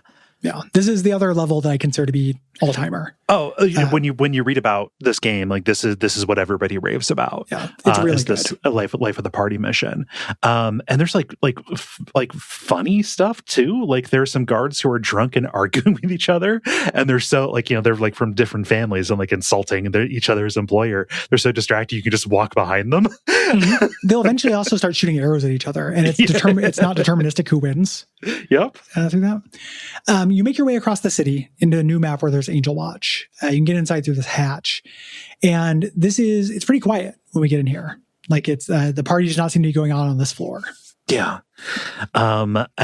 Instead, you are just kind of finding stray cultists and what have you.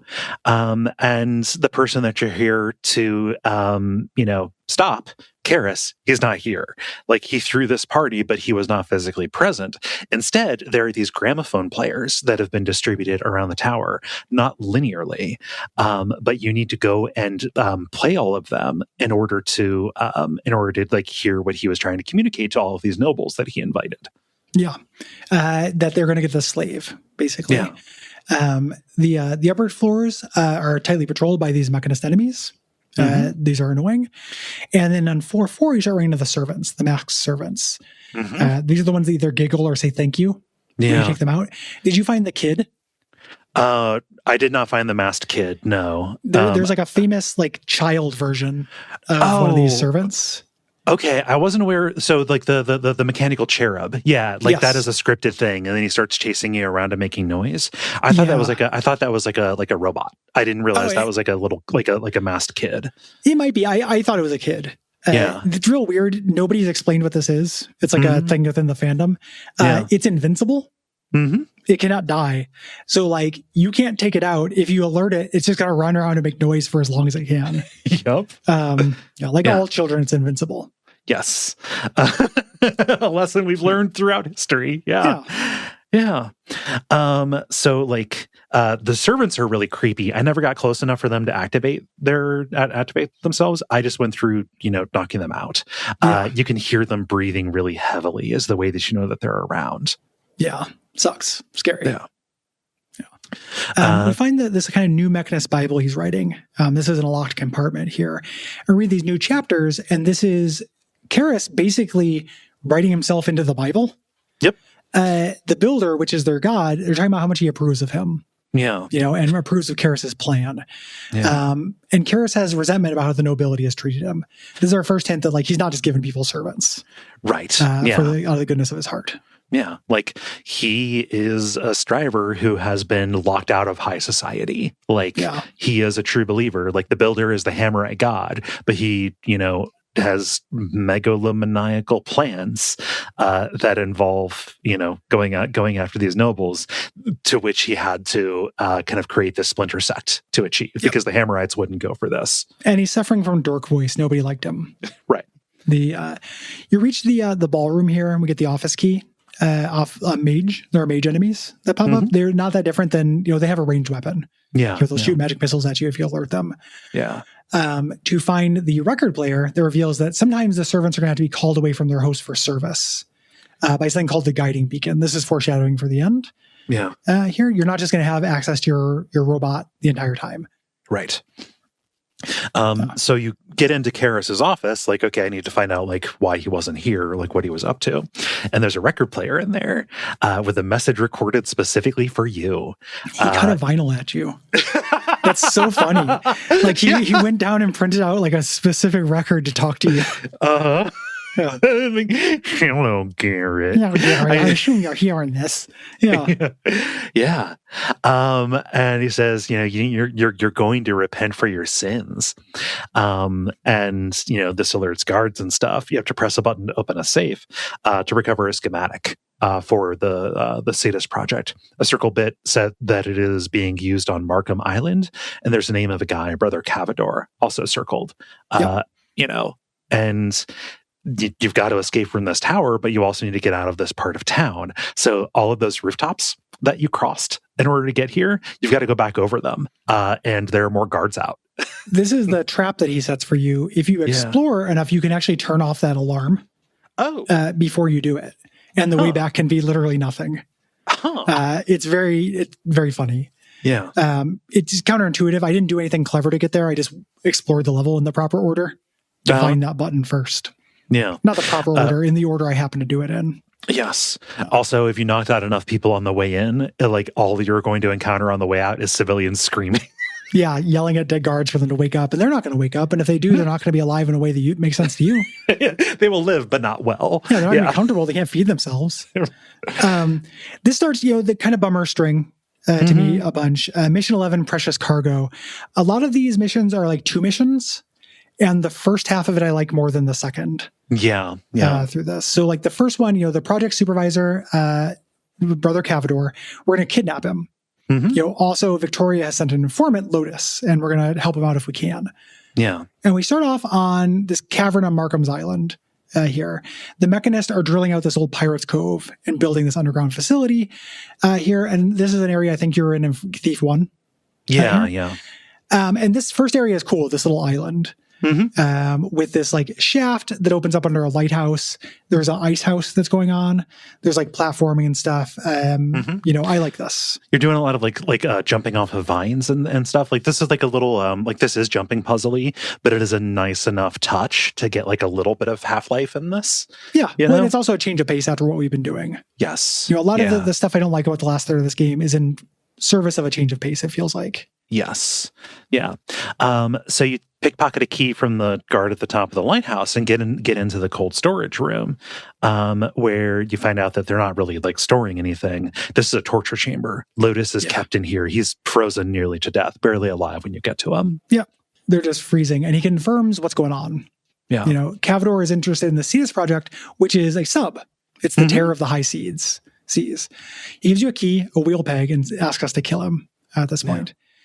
This allows us to complete the ship's wheel in the lighthouse, which causes the floor to descend as an elevator. And we open this viewing point to see what is going on. The Cetus Amicus, the submarine here. Yeah. And then we enter the tedious second part of this level. Yes. It's not great. Like, we are going through this area outside of a submarine and our way into the submarine. We find like these locked cargo lockers, captain's log, and they talk about how they keep going to Site KD. Cavador found some artifact that Karis is interested in. Yes. And the site is to be cleared with some kind of gas. Here. So this is just telling us where we're going to go next, but we have a lot of moving around in this to do. Right. There's an empty storage locker that you need to get into, and the key for it is hidden extremely well. There are these two facilities, like two whole separate facilities that you need to thoroughly explore in order to find this fucking thing.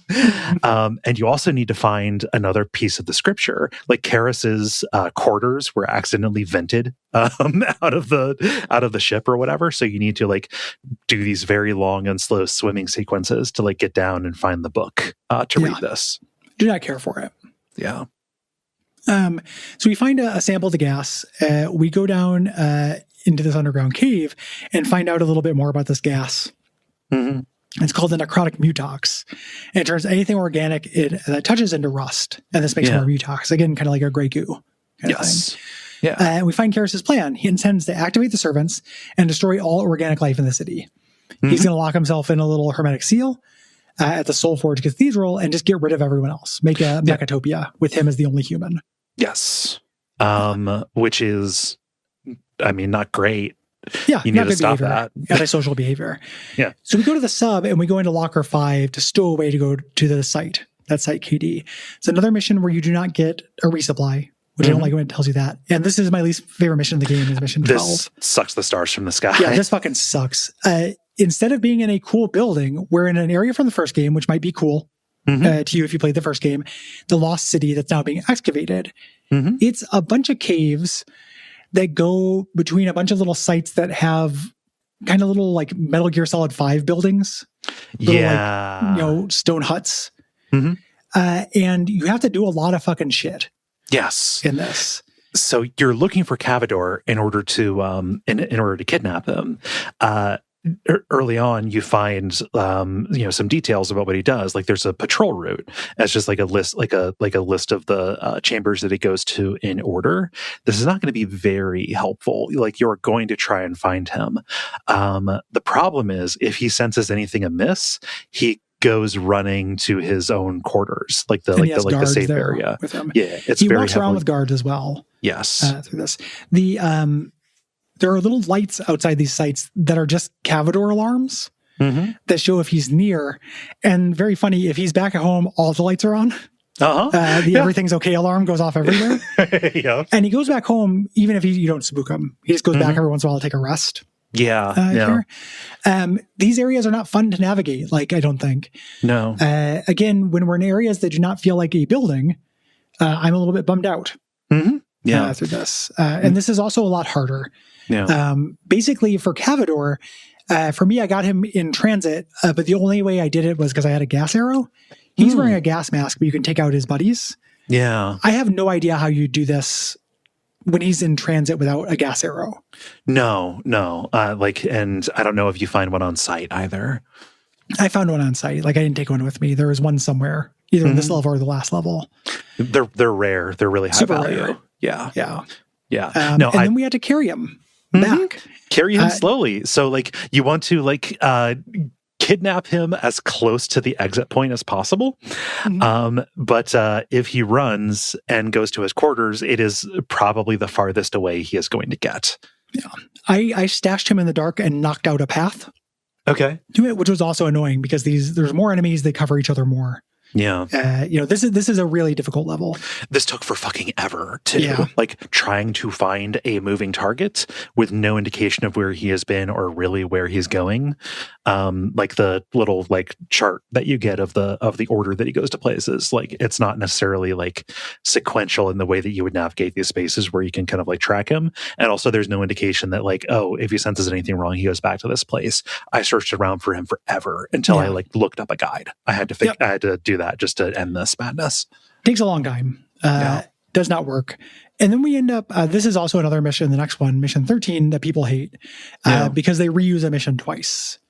In a row as well. This and like I appreciate this. So this is called casing the joint. I appreciate the idea of this, that like you have a dry run to go and gather information about this mansion, right? And you're making the map as you go.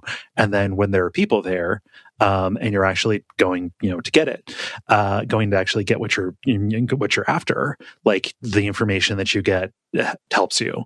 This just feels like padding in the way that it is implemented. Yeah. It's not a clever reuse of levels.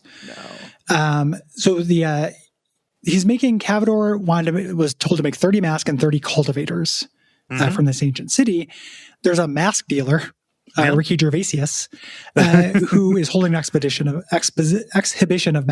masks. So we're going to go find them. Yeah. We have to go in first just to check it out. Yeah. His house is huge.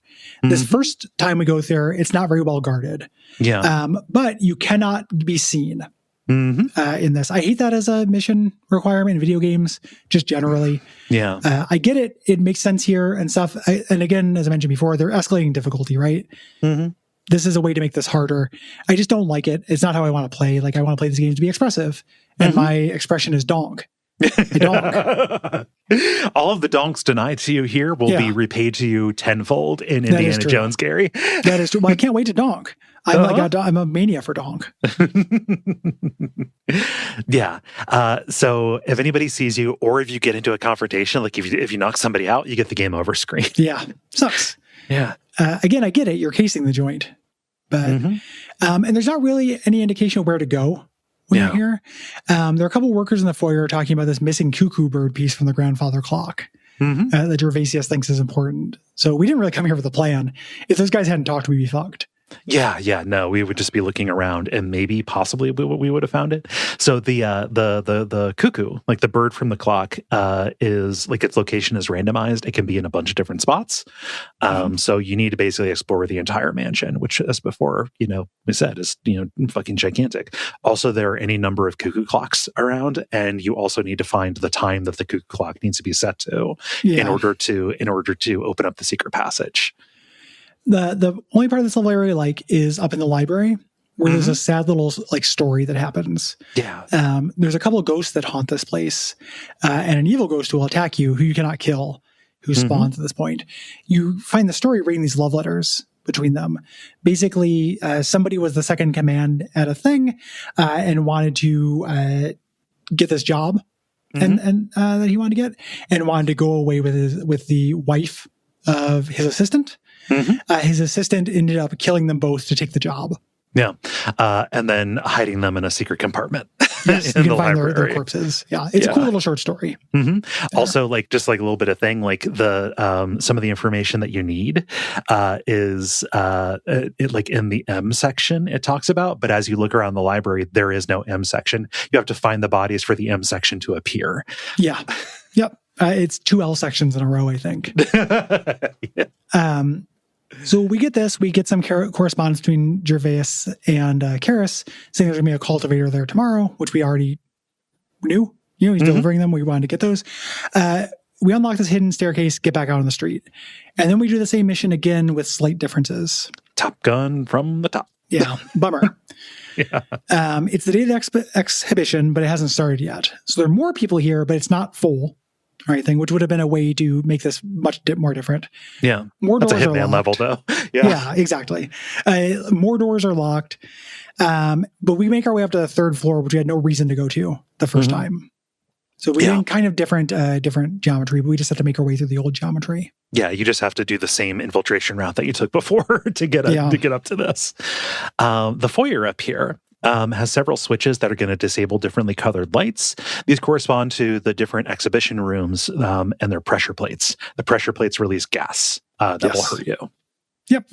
And we eventually get the cultivator here. This is where vine arrows become interesting, or useful rather. They're just like rope arrows, except they'll work on metal grates. Yes. This feels like the developer making a patch item to me. It would make sense for things within the next level, the Soul Forge, to be all metal. Yeah, and they need you to have rope arrow functionality. Yes, because the Hammerites, like it's one of the funnier details you find in some of the texts from the Hammerites. They fucking loathe wood as a building material. Wood just isn't good for them. Yeah, like as the mechanists are putting together the facility under the lighthouse, they're like, regrettably, we kind of have to use the existing structure here, so we're just going to put up with the wood for now. Knowing coated with iron. And this leads us to the last mission, which I think if I wasn't fatigued would be fine. It's irritating.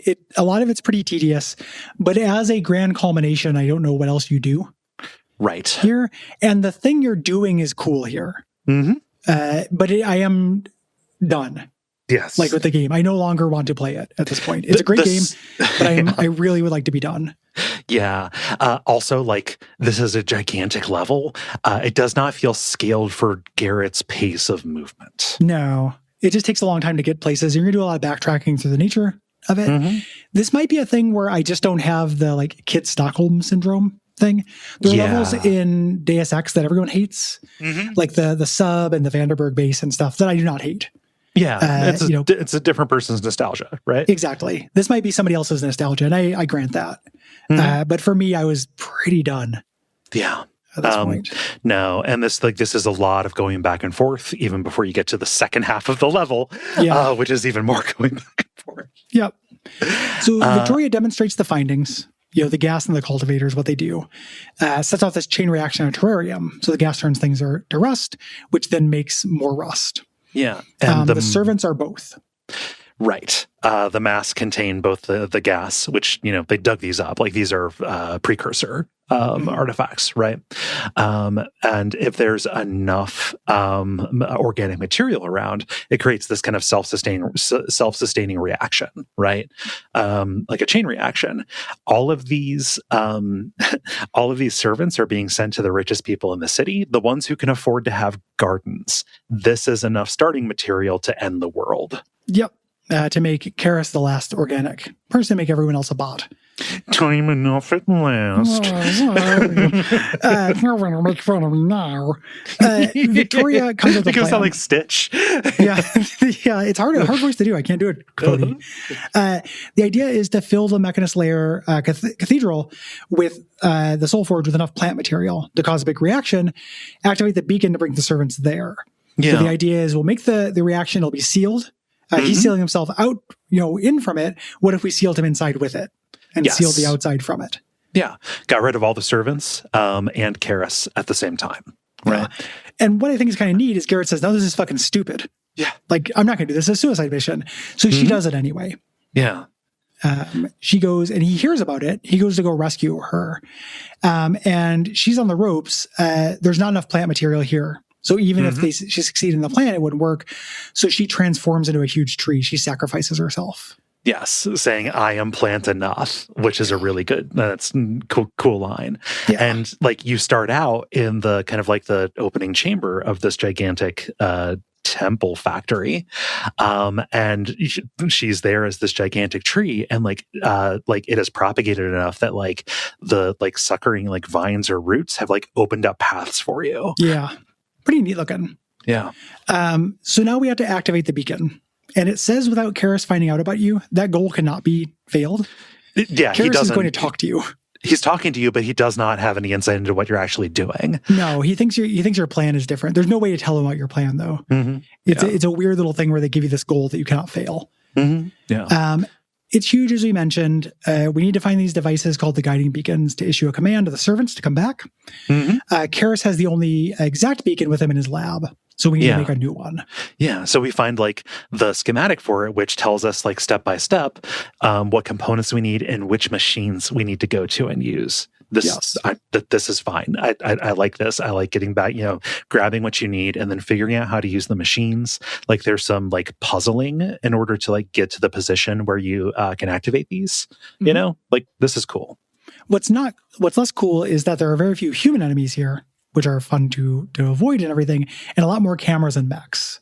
The stakes are a lot higher for getting caught. Knocking things out is harder. Yeah, like getting rid of them, and there's just a lot of them. Just a lot of robots. Yeah.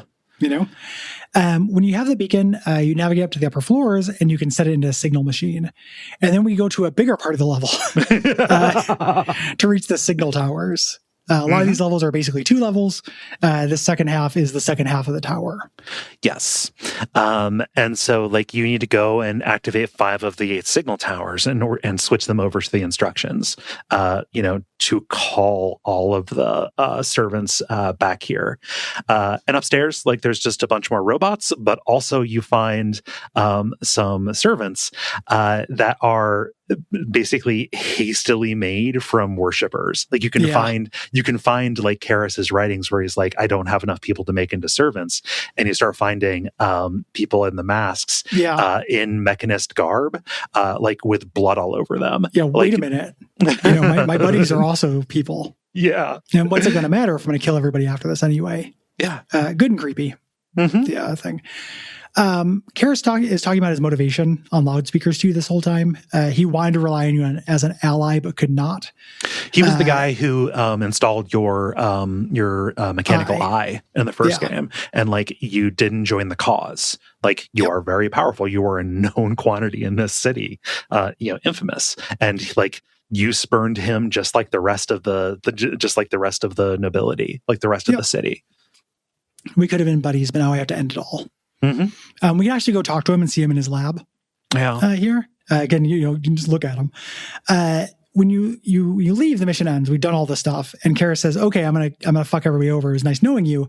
Starts his doomsday plan, but instead he's locked in there, and the beacon brings all the robots back to turn him to rust. The way that the animation of his face turning into a frown is very funny. It's real good. Yeah. Great GIF material for like a icon for a forum. Yeah. What's a forum? Yeah, if they still had those. It's one more than a 3M. We see, as we make our way out, we see a mech walking along, speaking the sermon, and then it fades out. Yeah. So the mechs are still kind of speaking this, but it's kind of become a religion. He's gone now. Yeah. There's still the text about it, but it's like for future people to find. This is for Dark Souls. People will learn about the cult of Karras. Yeah.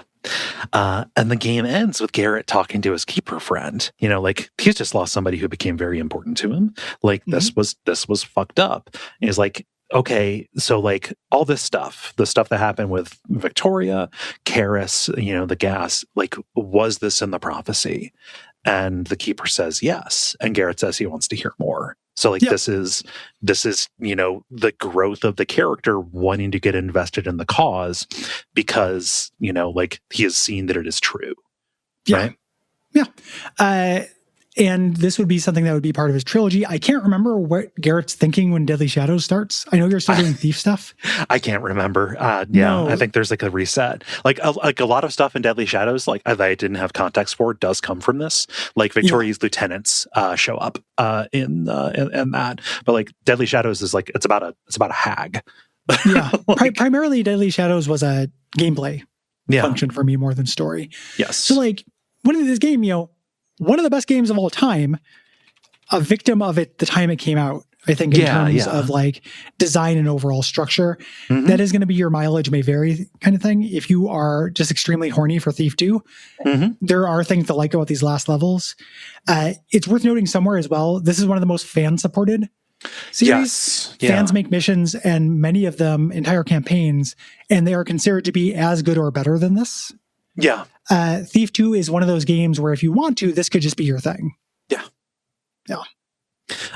It's neat. I really, really like this game. It is one of the things where, like, do you hold it against them that the pacing becomes a nightmare, that becomes this flabby? Like, this is just a mania that, like, pretty much everybody, like, Half-Life is like this, right? Yeah.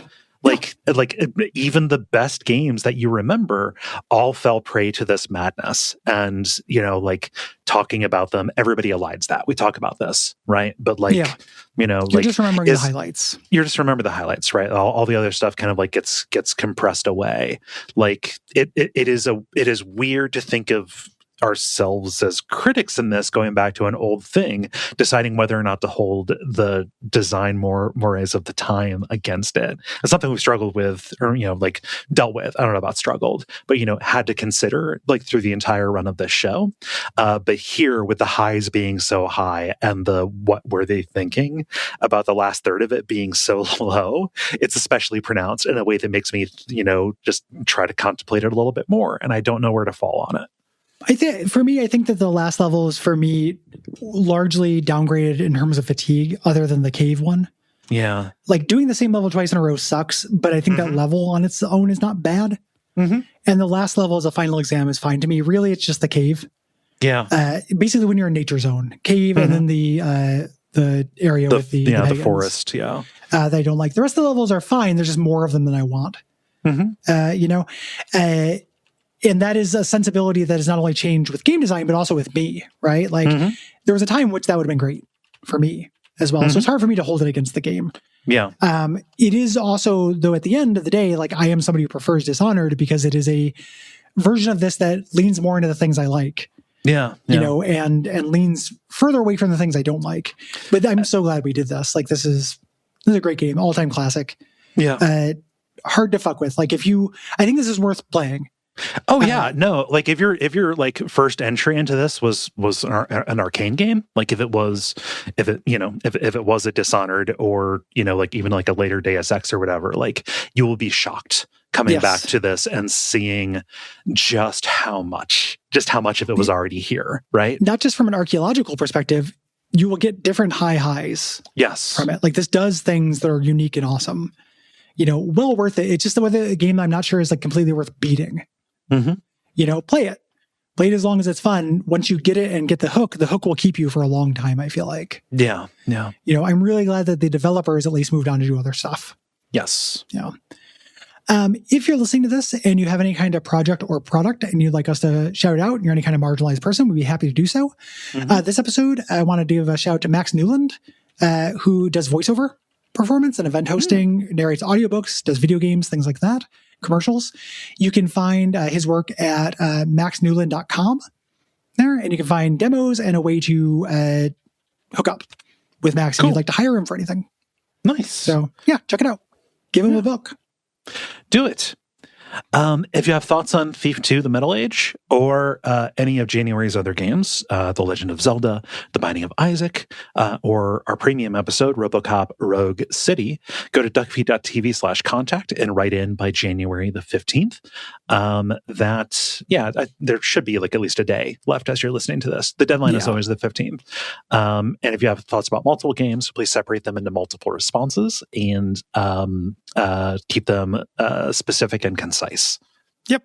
And if you have thoughts about next month's games, the deadline is February 15th. And those games are Mortal Kombat 2, Mega Man X4, and Indiana Jones and the Great Circle. Yes. The RoboCop and Indiana Jones episodes are premium. If you'd like to hear those are on our Patreon. Yeah. So yeah, go to patreon.com/Duckfeed.tv and support us. We think it is a really good value. And you get all of those premium episodes and access to whole other bonus shows. Like, even, kind of like the mid-tier, you get Unfilmable, a great show that we do about horror movies, or Real Lich Hours, which is like this, but different and more in depth for CRPGs. Yeah. Yeah, it's real fun. We think it's good value. If you can't do that, or even if you can, please rate and review us, subscribe, talk about us on forums and stuff. We appreciate that. Yeah. And join us in thanking our producer, Gwen. Big thanks to Gwen. What should they watch out for until next time? Okay. Watch out for Taffing About. Yeah. Taff Daddy.